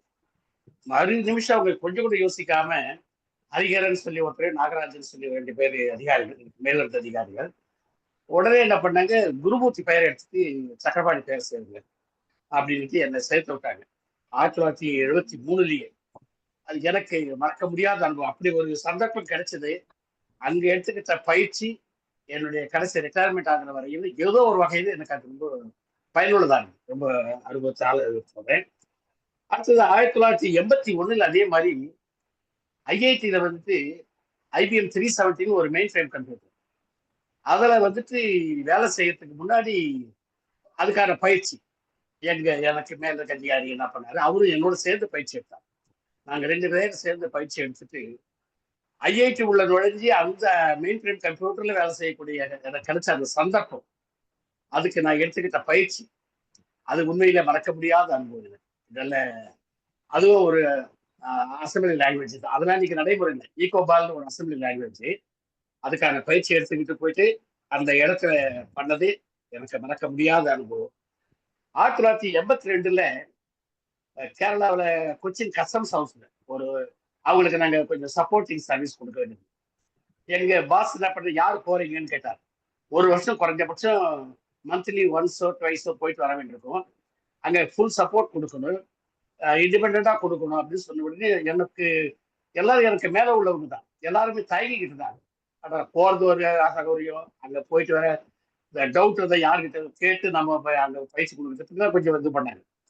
நான் துணிச்சலா என் பெயரை கொடுத்தேன். உடனே எங்க பாஸ் சொன்னாரு, ரொம்ப சந்தோஷம் போயிட்டு வாங்கினாரு. அது ரொம்ப நிறைவான அனுபவம்.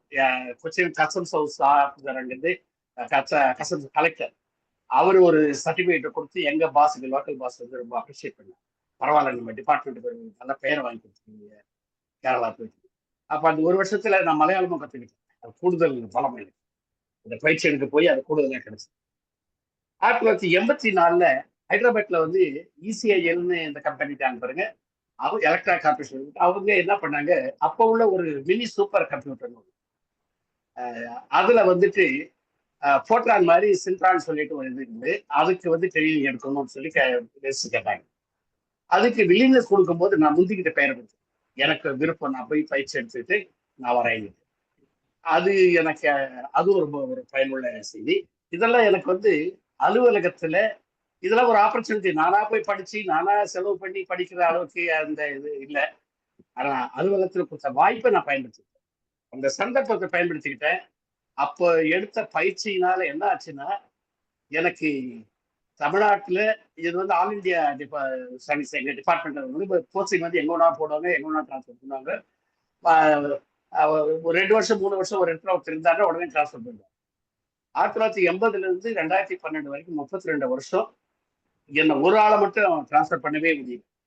எப்ப டிரான்ஸ்ஃபர் வந்தாலும் எங்க பாஸ் அதுக்கு ஒரு சாக்கு சொல்லுவார், இல்ல அவருடைய பிரசன்ஸ் எங்களுக்கு தேவைங்க, அவரை டிரான்ஸ்ஃபர் பண்ணாதுன்னு சொல்லி என்ன சொல்லுவாரு. ரிட்டையர்மெண்ட் ஆகிற வரைக்கும் அதுதான் எனக்கு கிடைச்ச பலம். இந்த சந்தர்ப்பத்தை பயன்படுத்திக்கிட்டு நான் எடுத்த பயிற்சி, அதனால அது எனக்கு கிடைச்ச பலம் என்னன்னு கேட்டா, கடைசி வரைக்கும் நான் ஒரே ஒரு ஆள், எங்க டிபார்ட்மெண்ட்டும் ஒரே ஒரு ஆள் தொடர்ந்து ஒரே இடத்துல சென்னையிலேயே ஒர்க் பண்ணேன். அது பெரிய பலமா நினைக்கிறேன். இப்படி ஒரு கட்டுரைகளை வந்துட்டு ஆசிரியர் சோமவல்லியப்பன் ஐயா வந்துட்டு நம்ம ஒரிஜினல் அந்த சோர்ஸ் நான் இன்னும் படிக்கல. நாராயணமூர்த்தி சார் வந்து அதை எடுத்து சொன்னதை பின்னூட்டம் சொன்னவங்கள ரொம்ப சிறப்பாக சொன்னாங்க. அருமையான அந்த இப்ப தலைப்பு கொடுத்து இந்த பேச வச்சீங்க. ஸ்டீபன் சாருக்கும் நன்றி. நாராயணமூர்த்தி சாருக்கு வாழ்த்துக்கள், பாராட்டுக்கள். கலந்துகிட்ட சக எம்ஓபிஎம் உறுப்பினர்களுக்கு என்னுடைய பணிவான வணக்கத்தையும் சேவா வாங்க. Thank you sir. நாராயணமூர்த்தி சார் ரொம்ப அருமையா சொன்னீங்க, ரொம்ப நல்லா இருந்துச்சு. நான் என்னோட பயிற்சின்னு சொன்னேன்னா, நான் போட்டோ எடுக்கிறது முன்னாடிலாம் ஓரளவு தான் எடுத்துக்கிட்டு இருந்தேன். இப்போ நான் எம்ஐஎம் வீட்டில் அடிக்கடி எடுத்து, நேத்தி அப்பா வந்து ஏதோ அவங்களுக்கு போட்டோ எடுக்கணும், எப்பயுமே நானே எடுத்துக்கிறேன் அப்படிம்பாங்க. என்னை கூப்பிட்டு நீ தானே எம்ஐஎம்ல நல்லா எடுக்கிற, வா இங்க வந்து எடு அப்படின்னாங்களா. எனக்கு அது ரொம்ப சந்தோஷமா இருந்துச்சு. அது நிறைய தடவை ப்ராக்டிஸ் பண்ணதுனால இப்போ ரொம்ப ஈஸியா எடுக்க முடியுது. அது மாதிரி சொன்னாங்க சேவா? என் அப்பா. ஓகே. நான் வந்து முன்னாடிலாம் கொஞ்சம் ஆடும் ஸ்டார்டிங்லலாம், இப்பெல்லாம் ஆடுறதே இல்லை, கரெக்டா அந்த பிக்சர் வருது. அண்ட் இன்னொன்று வந்து ஆப்பர்ச்சுனிட்டின்னு பேசின போது எனக்கு என்ன ஞாபகம் வந்துச்சுன்னா, தீர்காயுஸ் அந்த புக்குக்கு வந்து சொல்லியிருந்தாங்க, ஸ்டீஃபன் சாரும் கல்யாணி மேமும் சோமவல்லியப்பன் சார் சொன்னாங்கன்னு. அந்த புக்கை நாங்கள் உடனே வாங்கினோம். எனக்கு வந்து பெரிய கதைகள் ஈஸியா சொல்ல முடியும், ரொம்ப ஈஸி பெரிய கதை சொல்றது. சின்ன கதை ரொம்ப கஷ்டம். எனக்கு பயம், முதல்ல பயம். சின்ன கதையில 2 கதையெல்லாம் எடுத்தா ஒரு கதை மறந்துருவோம் அப்படிங்கிற ஒரு நம்பிக்கையிலே நான் சின்ன கதையே எடுக்காம ஓடிக்கிட்டு இருந்தேன். சார் வந்து அன்னைக்கே சொன்னாங்க, இந்த மாதிரி நாளைக்கே பேசிருங்க அப்படின்னாங்க. ஆனாலும் உள்ள கொஞ்சம் பயமா தான் இருந்துச்சு. ஆனா ட்ரை பண்ணி சரி பேசிடலாம், இன்னைக்கு இந்த வாட்டி பயத்தை உடைச்சாதான் அடுத்த வாட்டி வேற எங்கேயாவது போய் சின்ன கதை சொல்ல முடியும் அப்படியே தைரியத்துல அந்த ஆப்பர்ச்சுனிட்டி எடுத்துட்டு அடுத்த நாளே சொல்லிட்டேன். இப்ப பயம் இல்ல, ரொம்ப தைரியமா இருக்கேன். ஸோ ஆப்பர்ச்சுனிட்டி வந்து அதுக்குன்னு இல்லை, நிறைய எழுதுறதுக்கு பேசுறதுக்கு எல்லாத்துக்குமே ஸ்டீஃபன் சார் கொடுத்தாங்க. ரொம்ப நன்றி சார். நாராயணமூர்த்தி சார் அருமையா இருந்துச்சு, ரொம்ப நன்றி. தேங்க்யூ. மகிழ்ச்சி சேவா, சந்தோஷமா இருக்குது. கல்யாணி மேடம் சார் இருக்காரு, சார் கூடும். கல்யாணி மேடம். அனைவருக்கும் வணக்கம். சோமவல்லியப்பன் சாருக்கு வணக்கம். ஆக்சுவலா அந்த சந்தர்ப்பம் சொல்லணும்னா சார் தான் கொடுத்தாரு ஃபர்ஸ்ட். எனக்கு இங்க வந்துட்டு ஒரு வாழ்த்துறை எழுதியிருந்தேன், இருந்தாலும் வந்து ஒரு நாள் நைட்டு கூப்பிட்டுட்டு ஷார்ட் ஸ்டோரிஸுக்கு ஒரு அணிந்துரை வேணும் அப்படின்னாரு. அதுவும் எப்படின்னா 1 நாள் 2 நாள்ல வேணும்னாரு. நம்மளுக்கு அணிந்துரை எழுதியெல்லாம் பழக்கமே இல்லை, இருந்தாலும் கொடுத்த உடனே அவர் சார் சொல்றாரு அப்படிங்கிற ஒரு மரியாதைக்காக தான் எடுத்தேன். அது எடுத்துட்டு கொடுத்தது அப்படிங்கிறது எனக்கு ஒரு பெரிய ஆப்பர்ச்சுனிட்டி. சார் கொடுத்த உடனே ஒத்துக்கிட்டேன் அப்படிங்கிறது. அந்த கதையை நான் அதுக்கு முதல்ல படிச்சதில்லை. பயிற்சி வந்து தெரியல சார், அதுக்கும் நம்மளுக்கும் கொஞ்சம் தூரம். ஸ்போர்ட்ஸும் கொஞ்சம் தூரம், பயிற்சியும் கொஞ்சம் தூரம். ஆனா எனக்கு வந்து ஏதாவது வருது அப்படின்னா கொஞ்சம் முன்னால வந்து maybe if I'm looking for something அப்படின்னா it is going to happen in my லைஃப்ங்கிறது என்னோட இது. இப்ப நான் ஒண்ணு படிக்க ஆரம்பிச்சேன்னா அதை பத்தி எனக்கு ஏதோ ஒரு கேள்வி வரப்போகுது அப்படிங்கிறது நான் என்னோட வாழ்க்கையில பார்த்தது. அந்த மாதிரிதான். கல்யாணி இன்னொரு தடவை சொல்லுங்க இந்த லாஸ்ட் பாயிண்ட்.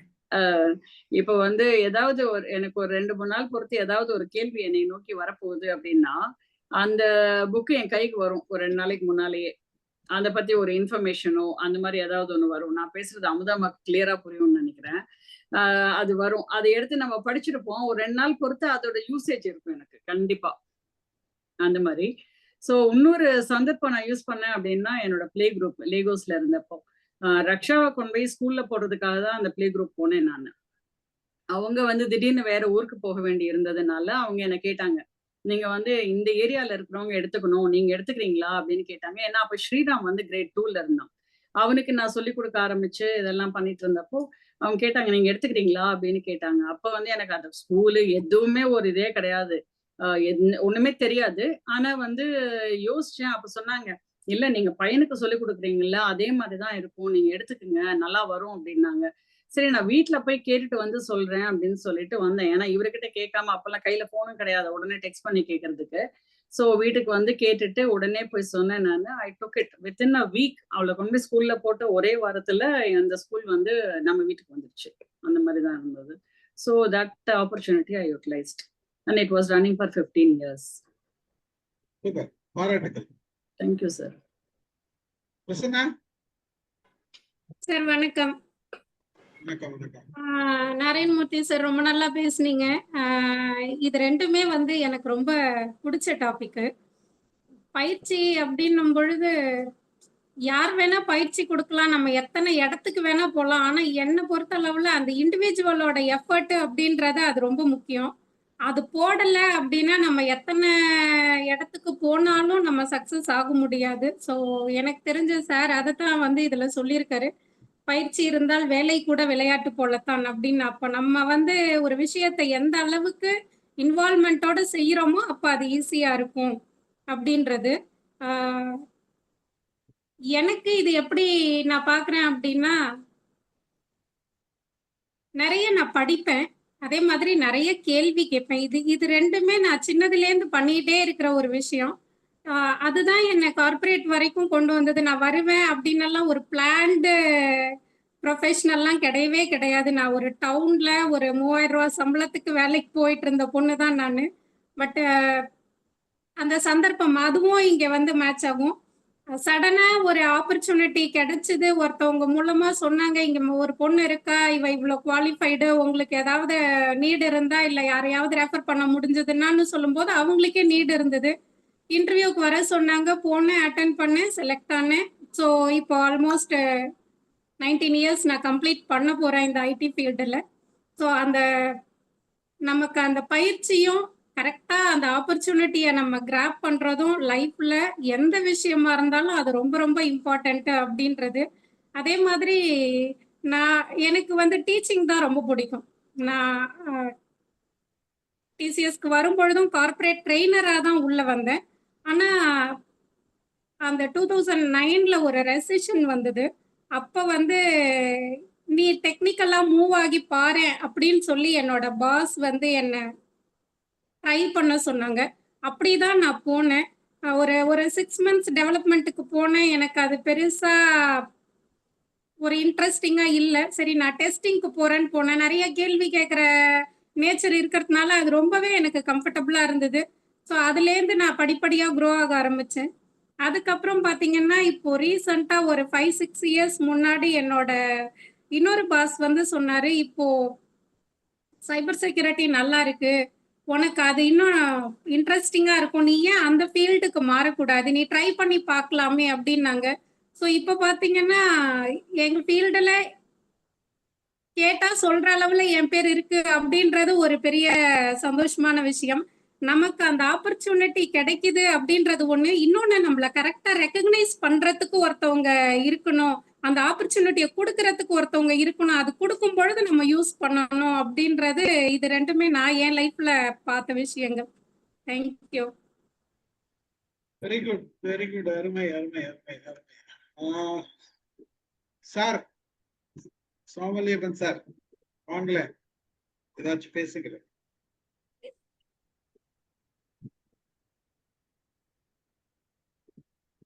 சோமலியப்பன் சார் ஒரு வார்த்தைகள் பேசுறீங்களா?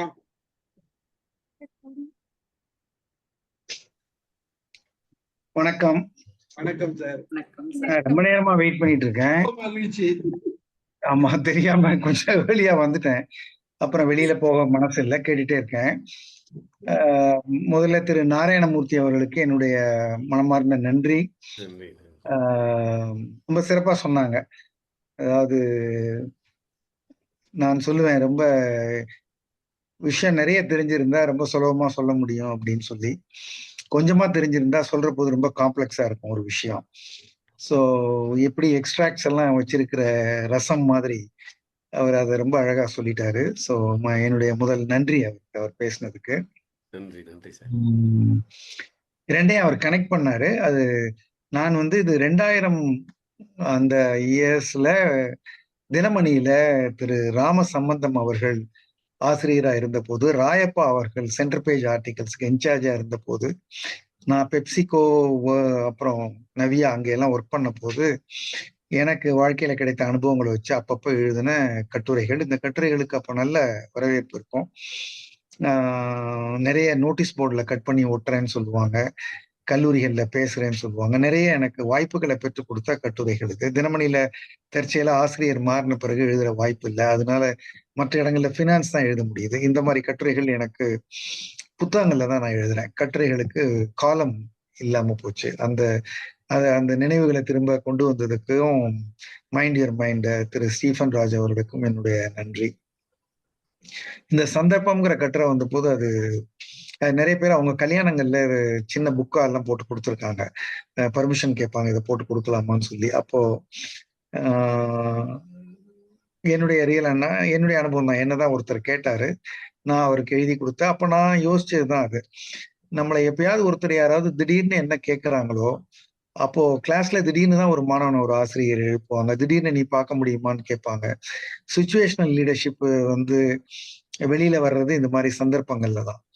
அப்போ நம்ம அதற்கு தயாராக இருக்க வேண்டும் என்ற இந்த கட்டுரைக்கும் பயிற்சி கட்டுரைக்கும் என்ன அளவுல நான் ஒன்றும் தொடர்பு படுத்தி எழுதலை. அது வெவ்வேறு காலகட்டங்கள்ல வெவ்வேறு சந்தர்ப்பங்கள்ல எழுதிய ரெண்டும் தேவையான விஷயங்கள். ஒன்று கொண்டு தொடர்பு இருக்க வேண்டும் என்கிற அவசியம் இல்லை.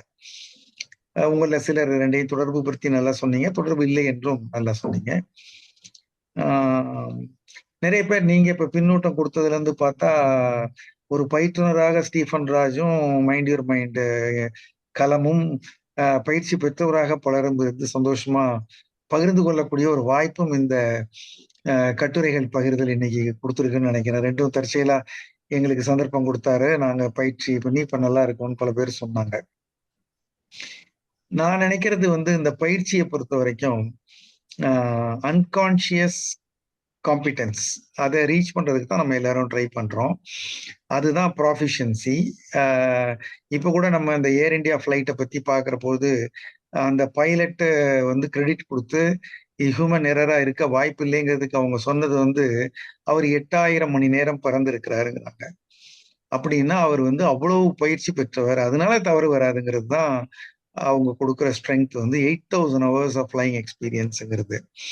அதே மாதிரி இப்போ சமீபத்துல ராங் எக்ஸாம்பிள் ஒரு டிரைவர் சாப்பிட்டுக்கிட்டே ஆம்னி பஸ் ஓட்டுறத ஒரு வீடியோ யூடியூப்ல அவர் மேல ஆக்ஷன் எடுத்தாங்க. நம்மளுடைய லிமிட்டட் பாயிண்ட்க்கு நம்ம இதை எடுத்துக்கிட்டோம்னா somebody is able to drive a bus though he should not. He has been driving, சாப்பிட்டுக்கிட்டே அவர் பண்ற அளவுக்குன்னா அவருக்கு அப்படி ஒரு ப்ராஃபிஷியன்சி கான்ஃபிடென்ஸ் மனசு லெவல்லையும் வந்திருக்குன்னு சொல்லலாம். அவங்க மேடம் டாக்டர் ஒருத்தவங்க சொன்ன மாதிரி செகண்ட் நேச்சருங்கிறத போது நம்ம அதை ரொம்ப முயற்சி பண்ணி கவனமா பண்ண வேண்டிய அவசியம் இல்லாத அளவுக்கு நாம அன்கான்சியஸாவே காம்பிடென்ட் ஆயிடுறோம். ரொம்ப கான்சியஸா தான் நமக்கு சரியா தெரியாத விஷயங்களை நம்ம செய்ய வேண்டியது இருக்கும். இப்ப நான் உங்களோட இது பேசுறதுக்கு எனக்கு பெரிய ஒரு அச்சமோ பயமோ ஒரு ப்ரிப்பரேஷனோ அதெல்லாம் தேவையில்லை. பேசினதுனால நம்ம பேசுறோம், பல இங்க இருக்கிறவங்க எல்லாரும் பேசுற போல. அது மாதிரி நிறைய செய்யற போது ஒரு விஷயத்த பண்ணிடுறோம். அதை நான் இப்ப சமீபத்துல என்னுடைய எமோஷனல் இன்டெலிஜென்ஸ் பத்தி இந்த ஒன் டே ஒர்க் ஷாப்ல ஒரு சப்ஜெக்ட் டெவலப் ஆச்சு. அவங்களுக்கு நான் எக்ஸ்பிளைன் பண்ற போது ஃபெமிலியாரிட்டியை பத்தி பேசினேன், விசுவலைசேஷனை பத்தி பேசினேன். ஃபெமிலியாரிட்டினா இப்போ உதாரணத்துக்கு நம்ம இங்கேருந்து நான் ஒருத்தருடைய வீட்டுக்கு போறேன், அவர் வீடு ஸ்டீஃபன் ராஜ் சார் வீட்டுக்கு முதல் முறையா நான் போறேன் அப்படின்னா முதல் முறை நான் போறதுக்கு டைம் ஆகும். ஆனா நாங்க போய் சேர்ந்த பிறகு திரும்பி வர்றதுக்கு for the same distance I will take less time. ஏன்னா முதல் முறை unsorted unknown territory travel mind ஸ்லோவா ஒரு ஸ்டெப்பா பண்ணுது, தெரிஞ்சதை கொஞ்சம் ஃபாஸ்டா பண்ணுது. ஸோ மைண்டுக்குள்ள நியூரோபாத்துன்னு இருக்கிறதே அதுதான். எது ஒண்ணு அடிக்கடி செய்யப்படுதோ அதுக்கு ரூட் தலைக்குள்ளார கிளியர் ஆயிடுது, அந்த ப்ரோக்ராம் நல்லா கோட் ஆயிடுது. அதுக்கப்புறம் அந்த ப்ரோக்ராம் ஆட்டோமேட்டிக்கா ரன் ஆகுது. ஒரு செய்யாத விஷயத்த செய்யற போது மைண்ட் கவனமா பார்த்து செய்ய வேண்டியதா இருக்கு. அதுக்கே சர்ப்ரைசஸ் இருக்கலாம், ஸ்டம்பிளிங் பிளாக்ஸ் இருக்கலாம். அதனால அது கவனமா செய்யறதுக்கு டைம் எடுத்துக்குது. அப்போ ஒரு விஷயத்த எதை நம்ம திரும்ப திரும்ப செய்யறோமோ அது நமக்கு இயல்பா வந்துருதுங்கிறது பரீட்சை எழுதுறதுக்கு, விளையாடுறதுக்கு, மேடையில பேசுறதுக்கு, நெகோஷியேட் பண்றதுக்கு, உறவுகளோட பேசுற எல்லாத்துக்குமே what we already know well we have been doing for long time நம்ம ரொம்ப சுலபமா பண்றோங்கிறது தான் பயிற்சி இன் நட்ஷல் எல்லாத்துக்குமே. அதே மாதிரி அந்த நியூரோபாத்துல இன்னொன்னு பாத்தீங்கன்னா நமக்கு தெரியாத விஷயங்களை கூட நாம முதல் முறையா செய்யணும் அப்படின்னா, இப்போ ஒருத்தர் போய் முதல் முறையா இறங்க போறாரு மூன்லன்னா, அவருக்கு பயிற்சி கொடுக்க முடியாது. போய் 3 எப்படி இருக்குங்கிறத சிமுலேட் பண்ணி அவர இங்க ட்ரெயின் பண்ணுவாங்க. அது மாரி எக்ஸாமுக்கு மாடல் எக்ஸாம் ட்ரெயின் பண்றாங்க. அது மாரி சிமுலேஷன் மாதிரி விஷுவலைசேஷன் மைண்ட்ல பண்ணிக்கிட்டு, ஒரு பர்சனல் இன்டர்வியூக்கு போறபோது நாங்க ஹெச்ஆர்ல சொல்லுவோம். நீ வந்து மைண்ட்ல நீ உட்கார்ந்து தனியா உட்கார்ந்து யோசி. இந்த டான்சர்ஸ் கூட அந்த மாரி சொல்லுவாங்க. ஆக்டர் விஜய் எல்லாம் ஒரு முறை சொல்லிக் குடுத்துட்டாங்க. அத மனதுக்குள்ள ரொம்ப முறை பிராக்டிஸ் பண்ணுவாருன்னு சொல்லி. மனதுக்குள்ள ரொம்ப அதிகமா பிராக்டிஸ் பண்றத பத்தி ஒரு பாஸ்கெட் பால் டீம் கூட மைண்ட்லயே பிராக்டிஸ் பண்ண ஒரு டீமும், கண்ட்ரோல் குரூப்பும், பிசிக்கலா பிராக்டிஸ் பண்ண ஒரு ஓப்பன் குரூப்பையும் வச்சு 2 பேரையும் விளையாட விட்டு பார்த்தபோது, மைண்ட்ல மட்டுமே பிசிக்கலா ட்ரெயின் பண்ணிக்காதவங்க, மைண்ட்ல மட்டுமே ட்ரெயின் பண்ணவங்க, they did not lag much behind. They also did equally வெல்லுங்கிற மாரி ஒரு என்எல்பி புக்ல கூட எழுதியிருப்பேன் நான் இத. அதனால மனது எது ஒன்றை அதிகம் பார்த்து பழகி விடுகிறதோ அதற்கு பயப்படாது.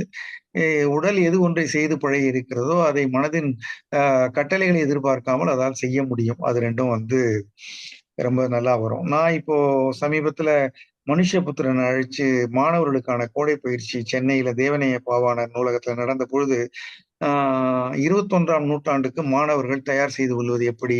வேலை வாய்ப்புங்கிற மாரி எனக்கு ஒரு தலைப்பு குடுத்தாங்க.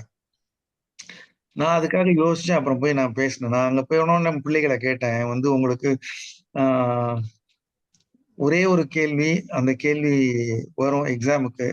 ஆ அதுக்கு 100 மார்க்கு. அது கரெக்ட்டா சொல்லிட்டா 100 மார்க்கு. தப்பா சொல்லிட்டா 0 மார்க்கு. அப்படி ஒரு எக்ஸாம் வேணுமா?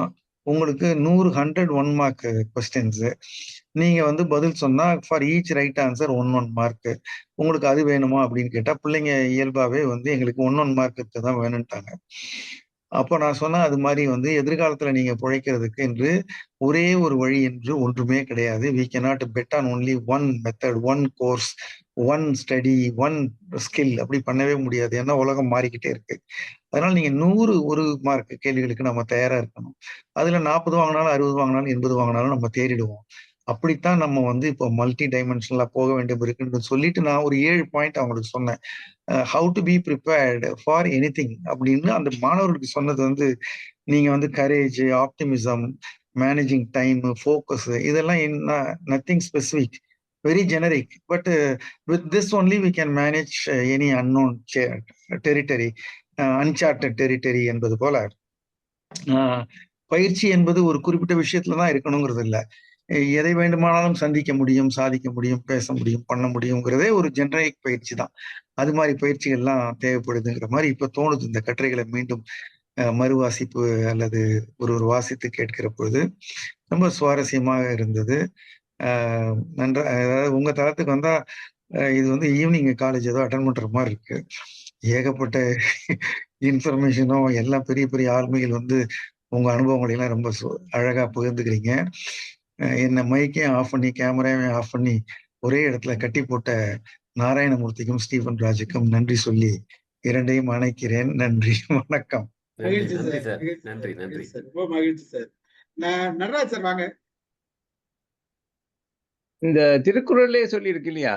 இந்த தெய்வத்தால் ஆகாது என்று சொல்லி மெய் அதாவது மெய்ய வருத்தணும். மெய்ய வருத்தினா தான் முயற்சி. முயற்சி திருவினையாக்கும்னு சொல்லுவாங்க இல்லையா? அதே மாரி இதுல நிமிர் என்று ஒரு ஆள் வந்து போட்டிருக்கிறாங்க. நிமிர்ந்து நில், தொடர்ந்து செய், தோல்வி கிடையாது தம்பி என்று சினிமா பாட்டுல இருக்கு. தொடர்ந்து செய்துட்டு இருக்கணும். மெய் வருந்தணும். அதான் அதுல வெற்றி. நன்றி. சோமலிபன் சார் பேசுனதுல இருந்து ஒரு சின்ன ஒரு டெஸ்ட் எல்லாரும். 1 நிமிஷம் டைம். இதுல என்னென்ன வார்த்தை இருக்குதுன்னு படிங்க கடகடன்னு.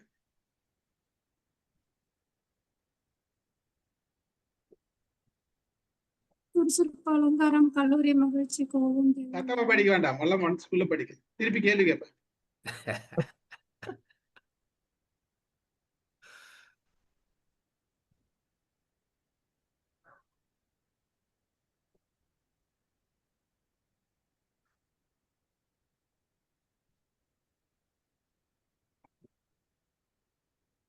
படிச்சு முடிச்சிட்டீங்களா? எப்படி சார் முடியும்? இதுல தண்டக்கரமா வேற இருக்கு.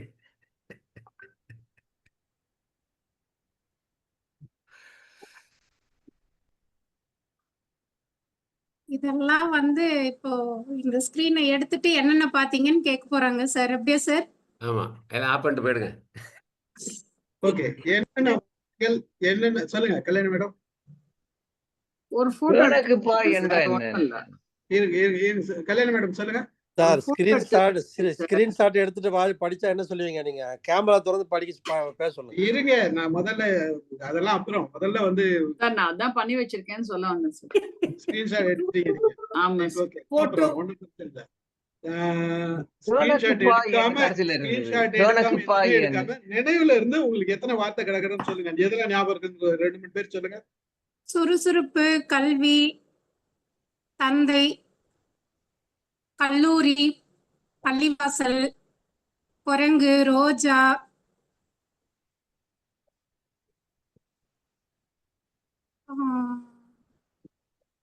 அறிவு. நாராயணமூர்த்தி சார் சொன்னாரே ஒண்ணு. எழுதலாம் கூடாது, ஜஸ்ட் இதுதான். Okay right. வேற யார் சொல்றது? அதான் சொல்லிட்டாங்க அவங்க, அதுக்கு மேல இருக்கு நிறைய. வேற யாராச்சும் கிடக்கணும்னு சொல்லுங்க. வேற யார் சொல்றது? அது மத்த வார்த்தைகள். தண்டகர்மாந்திரம், சோம்பேறி. பரவாயில்ல, சொல்லலாம். முட்டா. பாபு சசிதரன் சொல்லுங்க கிடக்கணும்னு. தடியன் இருந்தது, அதுக்கப்புறம் காதலி இருந்தது, காதல் இருந்தது, வீடு இருந்தது, அதுக்கப்புறம் பள்ளிவாசல் இருந்தது, அதுக்கப்புறம் பொறுக்கி இருந்தது, இன்னும் தாள ஏதோ ஒரு 2-3 வார்த்தை பார்த்தேன். ஆளையே இன்னும் காலையே இன்னொரு ரொம்ப முயற்சி எல்லாம் எடுக்க வேண்டாம். எது ஞாபகம் இருக்கோ அது டக்கு அம்மா ஒண்ணு இருந்ததுன்னு நினைக்கிறேன். அம்மா ஒண்ணு இருந்தது, கொலையாளி ஒண்ணு இருந்ததுன்னு நினைக்கிறேன் சார். ஆமா, கொலையாளி இருந்தது, திருடன் இருந்தது. ஒண்ணும் இல்ல, ஒண்ணுமே கிடையாது. என்னன்னா சொல்லுங்க சார். கூடாத வார்த்தை தான் எனக்கு நினைவு வருது. உதவாக்கற, கணக்கு பாய் என்ன இருந்தது கடைசியில. கணக்கு பாய் என்ன சொல்ல முடியும்? இதுல பல நெகட்டிவ் வார்த்தை இருக்கு, பல பாசிட்டிவ் வார்த்தை இருக்கு. நமக்கு என்னன்னா பிரெயின்ல நம்ம எதெல்லாம் பிராக்டிஸ் பண்ணி உள்ள வச்சுக்கோமோ அது டக்கு டக்குன்னு பதிஞ்சிடும்.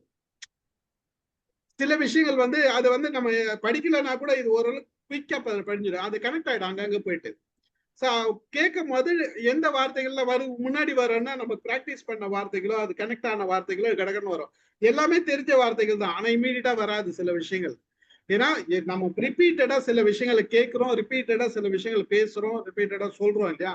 அப்ப பாத்தீங்கன்னா அது ஈஸியா கனெக்ட் ஆகும். அப்ப நம்ம பழக்கம் வந்து ரொம்ப ரொம்ப முக்கியம்ன்றதுதான். ரிப்பீட்டேஷன் பிரெயின் பாத்துல நியூரன் கனெக்ஷன்ஸ் வந்து எங்க நம்ம கனெக்ட் ஆயிருக்குமோ அது வரும். ரிப்பீட்டடா பண்றது வந்து நமக்கு வந்து எப்பயுமே லைஃப்ல தெரியும். சார் சொன்ன மாதிரி ஒரு இடத்துக்கு போயிட்டு இன்னும் ஃபர்ஸ்ட் டைம் போறேன்னா நமக்கு அது தெரியாது. இன்னொரு முறை போறோம்னா ஆட்டோமேட்டிக்கா குயிக்கா போயிடுறோம் இல்லையா? ஒரு கும்பல்ல நமக்கு 10 பேர் இருக்காங்கன்னா அதுல தெரிஞ்சவங்க 2 பேர் இருந்தாங்கன்னா அவங்க மட்டும் டக்குன்னு போடுவாங்க, வேற யாருக்கும் தெரியாது. பிரெயின் அப்சர்வேஷன் பண்ணுது. பிராக்டிஸ் பண்றது வந்து எந்த அளவுக்கு நமக்கு முக்கியம் அப்படின்றது தான் இதுக்கு ஒரு உதாரணம் தான். இது வேற இதுக்கு போடுவேன், ஜஸ்ட் ஒரு இதுக்காக போட்டேன் நானு. சார் அதுல சுறுசுறுப்பு வந்து இடைநர்வு போட்டிருந்தது சார். தப்பு, நிறைய மிஸ்டேக் சார். இப்ப சொல்லுங்க சுறுசுறுப்பு தப்புன்னு இருங்க நீங்க பேசாதீங்க. சுறுசுறுப்பு தப்புன்னு அவருக்கு மட்டும் எப்படி தெரிஞ்சது? ஏன்னா நான் நிறைய எடிட் பண்ணிட்டு இருக்கேன். Connected with that sir. எங்களுக்கும் தெரிஞ்சது சார். இனிமே நீங்க பண்ணுங்க மேடம். இல்ல அதாவது முன்னாடி சொல்லணும், டக்குன்னு சொல்லணும் சார். நீங்க தப்பு கேட்கல, வார்த்தை தான் கேட்டீங்க. அதெல்லாம் கிடையாது, ஏதோ ஒண்ணு கனெக்ட் ஆயிருக்குல்ல பிரெயின்ல. இல்ல சார், வேர்ட்ஸ் தான் நாங்க ஸ்டிக் பண்ணிட்டு இருந்தோம். முதல் வார்த்தையே சுறுசுறுப்பு, அது தப்பா இருக்குன்னு நல்லா தெரிஞ்சிருது. அது சொல்லிருக்கமே, நீங்க ஏன் சொல்லல சார்? நீங்க வேர்ட் தான் சார் கேட்டீங்க. நான் கேட்டேன், பிரெயின் சொல்லுங்க எப்படி சார் பதில் சொல்ல முடியும்? கனெக்ட் ஆச்சுல. இல்ல சார், சந்தர்ப்பம் இருந்தாலும் முயற்சி இல்லை சொல்றதுக்கு. நீங்க கனெக்ட் பண்ணிட்டீங்கல முதல்ல. சார் நீங்க என்ன சொல்லிருக்கணும்? சார் நீங்க நாங்க தப்பான வார்த்தைகள் இருக்குன்னு சொன்னா நீங்க முதல்ல தப்பதான் பாப்பீங்க. சரியானது எத்தனை இருக்கு அதெல்லாம் பார்க்கலாம் தானே, அதை சொல்லலாம். என்ன சொன்னாலும் சார் நீங்க சைக்காலஜி ட்ரெயினரா இருக்கிறதுனால நாங்க என்ன சொன்னாலும் நீங்க மாத்தி வேற ஒரு சொல்லுவீங்க. பதில அப்படி வச்சிருக்கீங்க. போடுங்க அமுதாமா. எப்பயுமே அது உண்டு உங்ககிட்ட. இல்ல இல்ல அதனால அப்படி இல்ல நான் அப்படி பார்த்த உடனே எனக்கு அவ்வளவு தப்பு தெரிஞ்சுது. நான் ஏன் சொல்லல அப்படின்னா நக்கீரர் என்ன தப்பா விஷயம்னா பார்க்காதீங்க நீங்க மேடம். சொல்றது நீங்க சார் சொல்றது நீங்க என்ன வாஸ்தவம் தான் சொல்றீங்க மேடம். சார், நீங்க என்ன சொல்றீங்க தெரியுமா மேடம்? முதல்ல தப்பா பார்க்காதீங்க மேடம், எத்தனை வார்த்தை இருக்குன்னு சொல்லுங்க மேடம் அப்படின்றீங்க. இல்ல அப்புறம் இன்னைக்கு வார்த்தைகள் சொன்னோன்னு அமுதாமா வச்சுக்கோங்க மேடம். இன்னைக்கு பாடம் வந்து நீங்க இன்னைக்கு என்ன பிரெயினோட கனெக்ட் ஆயிருக்கோ அது இமீடியட்டா வருது. சார் அதெல்லாம் நீங்க தெரியாது அத சார். முதல்ல கேட்கல நீங்க. அமுதாமா ஒரு நிமிஷம். நீங்க சொல்ற மாதிரி எப்பவுமே நம்ம கொஸ்டினுக்கு ஆன்சர் பண்ணிட்டு போயிட்டே இருக்கும்போது என்ன சொல்லுவாரு, என்ன கேட்கப்பட்டதோ அதுக்கு முதல்ல பதில் சொல்லுங்க. இன்னைக்கு வந்து ஸ்போர்ட்ஸுக்கு போயிட்டாரு டிவியேட் ஆகி. ஏன்னா அவரு வந்து ஸ்போர்ட்ஸ்க்கு ஸ்போர்ட்ஸ்ல நான் இருக்காரு. டிவைட் ஆகி போகணும்னு போகல. சார் ஸ்போர்ட்ஸ் உதாரணம் கொடுத்திருக்காரு. சரி நம்ம எல்லாம் எதுல இருக்கிறோம்? தெரியும் சார். எல்லாருமே எக்ஸ்பீரியன்ஸ் இருக்குல்ல, ஒருத்தருக்கு ஒவ்வொரு அனுபவம் இருக்குல்ல, இருக்கான்னு தெரிஞ்சுக்கலான்றதுக்காக தான் கேட்டேன். சார் அதை நீங்க இல்ல கடைசியா கூட சார், கேட்டு இப்ப எல்லாரும் சொன்னாங்க கடைசியாங்க விளையாட்டு. எல்லாரும் போயிடுவாங்கல்ல, ஒருத்தரா பேசிட்டு போயிடுவாங்க. எங்களுக்கு எல்லாம் சான்ஸ் கொடுக்கறதுக்கு முன்னால நடுவுலயே கேட்டீங்க சார். ஆமா நீங்க இப்ப பேசாத இருக்கீங்க, எல்லாரும் பேசியாச்சுல்ல. இல்ல சார் சார். சார் நான் எனக்கு சொல்லுங்க. வந்து பிடி பீரியடே கிடையாது. 1ஆவதுல இருந்து காலேஜ் வரைக்கும் நான் எங்க போய் விளையாடுறது? எங்க மேடம், அது நீங்க பள்ளிக்கூடம் சொன்னாதானமா தெரியும். அதான் எனக்கு நான் சொல்றதுக்கே எனக்கு சந்தர்ப்பம் கிடைக்கலம்மா. பல்லாங்குழி கூட விளையாடுனது இல்லையா? மேடம் நொண்டி விளையாடுது இல்ல மேடம் நீங்க? சார் வந்து விளையாட்டுன்னு இப்ப நீங்க சொன்னீங்க பாருங்க, 2 குரூப் பிரிஞ்சுக்குவோம், சட்ட திட்டங்கள் இருக்கு, விதிமுறைகள். எங்களுக்கு பல்லாங்குழிக்கு என்ன விதிமுறைகள்? அதெல்லாம் வீட்டுக்குள்ள பாட்டியோட விளையாடுவோம், பல்லாங்குழி ஏதாச்சும் ஒண்ணு பசங்களோட சொல்லிருக்கலாம். விளையாடுவோம். அதுலயும் விதி இருக்கு மேடம். ஒண்ணும் இல்ல, நீங்க இவ்வளவு யோசிக்கிறீங்க. பிரசன்ன எப்படி கோலி விளையாடுவேன், பம்பரஸ் அம்மா, அதெல்லாம் அந்த பொண்ணு சொல்லுச்சு, அதுல ஒண்ணும் தப்பு அப்புறம் கிடையாது. அப்புறம் ஆனா சார் அந்த விளையாட்டு நான் அதுக்குள்ள வந்து வரல. நீங்க சொல்ற மாதிரி பெரிய விளையாட்டு விளையாடணுங்கிறது என்னோட நீண்ட கால ஆசை. இன்னமும் பாட்டியா போய் நடக்க போறது இல்ல. ஆனாலும் அந்த மாதிரி எல்லாம் எனக்கு சந்தர்ப்பங்கள் கிடைக்கல. வாய்ப்பு எனக்கு கிடைச்சதை பயன்படுத்தினே தவிர வாய்ப்பு கிடைக்காதது சும்மா அதிகம். ஜஸ்ட் கேட்டேன் அவ்வளவுதானே தவிர மற்றபடி விளையாடலன்றது நீங்க பிரச்சனை கிடையாது, விளையாடணுன்றதும் பிரச்சனை கிடையாது. சார் சொன்னதுனால அந்த விளையாட்டோட கனெக்ட் பண்ணதுனால நான் வந்து அதை கேட்டேன். நமக்கெல்லாம் எந்தெந்த விளையாட்டு இருக்குது அப்படின்றதுதான் கேட்டேன். சார் அடுத்த MOM மீட்ல விளையாடுவோம் சார். அங்க விளையாடுறாரு பாருங்க ரத்ன வடிவேல் சார் வீட்டுல. பாபு எதனா பேசுறீங்களா பாபு?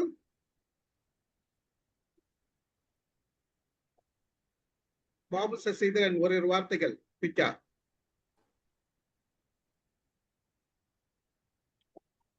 பிடிச்சுக்கலாமா? முடிச்சுக்கலாம் சார். பிடிச்சுக்கலாமா சார்? என்ன கூப்பிட்டீங்களா சார்? ஆமா உங்களதான் பயணத்துல கூப்பிட்டேன். இருந்ததால ஒரு சரியா வார்த்தைகள் கேட்கல. பேசுறீங்களான்னு கேட்டேன்.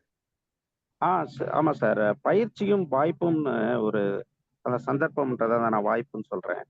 அஹ், ஒரு நல்ல ஒரு என்ன சொல்றது, ஒரு கான்செப்ட் பயிற்சியும் வாய்ப்பும். நம்ம பயிற்சி நிறைய எடுத்திருந்தால் கூட சந்தர்ப்பம் கிடைக்காத பொழுது நம்ம வெளிப்படுத்த முடியாது. கொஞ்சம் பிஸியா இருக்கிறார், பேருந்து கதைப்பாரு. தாத்தா கொஞ்சம் பிஸியா இருக்கிறார், பேருந்து கதைப்பாரு. ஆக அந்த அந்த பயிற்சியும் சந்தர்ப்பமும் சில நேரங்கள்ல சந்தர்ப்பம் நமக்கு கிடைச்சும் கூட பயிற்சி இல்லாத மிஸ் பண்ணிட்டோம். சாரி நீ உங்க மைக் ஆஃப் பண்ணிட்டேன். நீங்க இது ரெண்டுமே ஒண்ணா நமக்கு வாய்க்கும் பொழுதுதான் நம்ம வந்து அச்சீவ் பண்ண முடியுது நமக்கு. அப்போ நம்ம என்ன பண்ணலாம் என்ற எனக்கு என்னுடைய அறிவுக்கு எட்டனது சொல்றது இல்லை. நம்ம நான் கல்லூரிகளுக்கு பள்ளிகளுக்கு போகும்போது என்னன்னா, ஒரு போர் வீரன் போல நீங்க பயிற்சி எப்பொழுதுமே செஞ்சுக்கிட்டே இருக்கும். ஒரு அதாவது எப்படி சொல்றது, ஒரு வாய்ப்புக்காக காத்துக்கிட்டே இருக்கும். பயிற்சியை ஒரு சைட்ல செஞ்சுக்கிட்டே இருக்கணும், வாய்ப்புக்காக காத்துக்கிட்டே இருக்கும். அப்போ பயிற்சி அடைஞ்சு இருக்கிற நீங்க எப்பனா ஒரு வாய்ப்பு வரும்போது டக்குன்னு அதை பயன்படுத்தணும். ஏன்னா எப்பொழுதுமே வாய்ப்புகள் நமக்கு கிடைப்பதில்லை. அதனால் பயிற்சி எப்பொழுதுமே அவசியம். அது வந்து 100% எல்லா மாணவர்களுக்கும் சொல்றது. இந்த உலகத்துல செய்ய முடியாதுன்றது எதுவுமே கிடையாது அப்படின்றத நம்புறவன் நான். ஸோ பயிற்சியும் முயற்சியும் சரியான வாய்ப்பில் பயன்படுத்தும் பொழுது வெற்றி நமக்கு நிச்சயமாக கிட்டும். என்பது என்னுடைய தாரக மந்திரம். அதை நட்புகளோடு பகிர்ந்து கொள்வதில் மகிழ்ச்சி அடைகிறேன். நன்றி. மகிழ்ச்சி. நன்றி நன்றி நன்றி நன்றி. முடிச்சுக்கலாமா சார்? முடிச்சுக்கலாம் சார். Very good. சித்திரமும் கைப்பழக்கம் செந்தமிழும் நாப்பழக்கம். அதுதான் சாரு இன்னைக்கு பயிற்சி பத்தி சொல்லியிருந்தார். பழக்கம்ன்றது நம்மளோட நமக்கு வந்து தொடர்ந்து நம்ம எந்த செயல் செய்யறோமோ அது வந்து கான்சியஸ் மைண்ட்ல இருந்து சப்கான்சியஸ் மைண்டு போயிடும் அப்படின்றது நமக்கு எல்லாம் தெரிஞ்சும் தெரியாத ஒரு விஷயம். அந்த பயிற்சின்றது நம்ம ஒவ்வொரு முறையும் கிடைக்கும் போது ஒரு 10 வருஷம் அனுபவம் இருக்குதுன்னா நமக்கு வந்து எந்த விதமான விஷயமே தெரியல. இப்ப அமுதா மேடம் ஒரு 20 வருஷம் டீச்சிங்ல இருக்காங்கன்னா அவங்க போய் கிளாஸ்ல நின்னாங்கன்னா அவங்க சரளமா வரும். பாடம் எடுக்கிறது வந்து சரளமா வரும். எப்படின்னா 20 வருஷம் அனுபவம் உள்ள இருக்குது. அந்த அனுபவத்தால அவங்க வந்து அவங்க பிரெயின் வந்து டக்கு டக்கு டக்குன்னு விஷயம் சொல்லும். பயிற்சின்றது ரொம்ப முக்கியம். அதே மாதிரி வாய்ப்புன்றதும் நமக்கு அப்பப்போ கிடைக்கிறதுன்றது நம்ம ரெடியா இருந்தோம்னா எந்த வாய்ப்பையும் நம்ம பயன்படுத்திக்கலாம். அதுக்காக நம்ம வந்து தெரியாத விஷயத்த நம்ம செய்ய போறது இல்லை. தெரிஞ்ச விஷயத்தை தான் நம்ம செய்ய போறோம். நம்ம எதுல பயிற்சி எடுத்து வச்சிருக்கோமோ அதுலதான் செய்ய போறோம். ஒரு நல்ல கருத்து. இன்னைக்கு வந்து இந்த கட்டுரை வந்து மிகச்சிறந்த ஒரு செய்தி. நம்ம இது நமக்கு மட்டும் இல்ல, பிள்ளைங்களுக்கு பயன்படும். பயங்கரமா அது எல்லா பிள்ளைகளுக்கும் பயன்படும். ஆனா அவங்க இப்ப பார்ப்பாங்களான்றது கொஞ்சம் ஒரு சில குழந்தைகளை தவிர மற்றவர்கள் பார்ப்பதுன்றது கடினம் தான். அது வரும். அவங்களும் ஒரு பயிற்சிக்கு அப்புறம் இங்க வந்து சேருவாங்க. நம்ம சின்ன வயசுல இருந்த மாதிரி இருப்பாங்க. நல்ல ஒரு நிகழ்ச்சியா இருந்தது. நல்ல கட்டுரைகள், அதாவது ஒரு கட்டுரை எடுத்து ஒரு கட்டுரை மட்டும் சொல்லாத 2 கட்டுரைகள் 2மே பொருந்துற மாதிரி இருந்தது. அந்த பொருத்தம் வந்து நமக்கு ஒரு நல்ல ஒரு நம்மளோட வாய்ப்புகளையும் நம்மளோட அனுபவங்களையும் பகிர்றதுக்கு வாய்ப்பு கிடைச்சது. இது சோமலிபன் சாருக்கு அவரும் வந்து அவரு ஒரு நீண்ட நல்ல ஒரு விளக்கம் கொடுத்தாரு. நம்ம பேசுனத வச்சும் அவரோட பார்வையையும் விளக்கம் கொடுத்தாரு.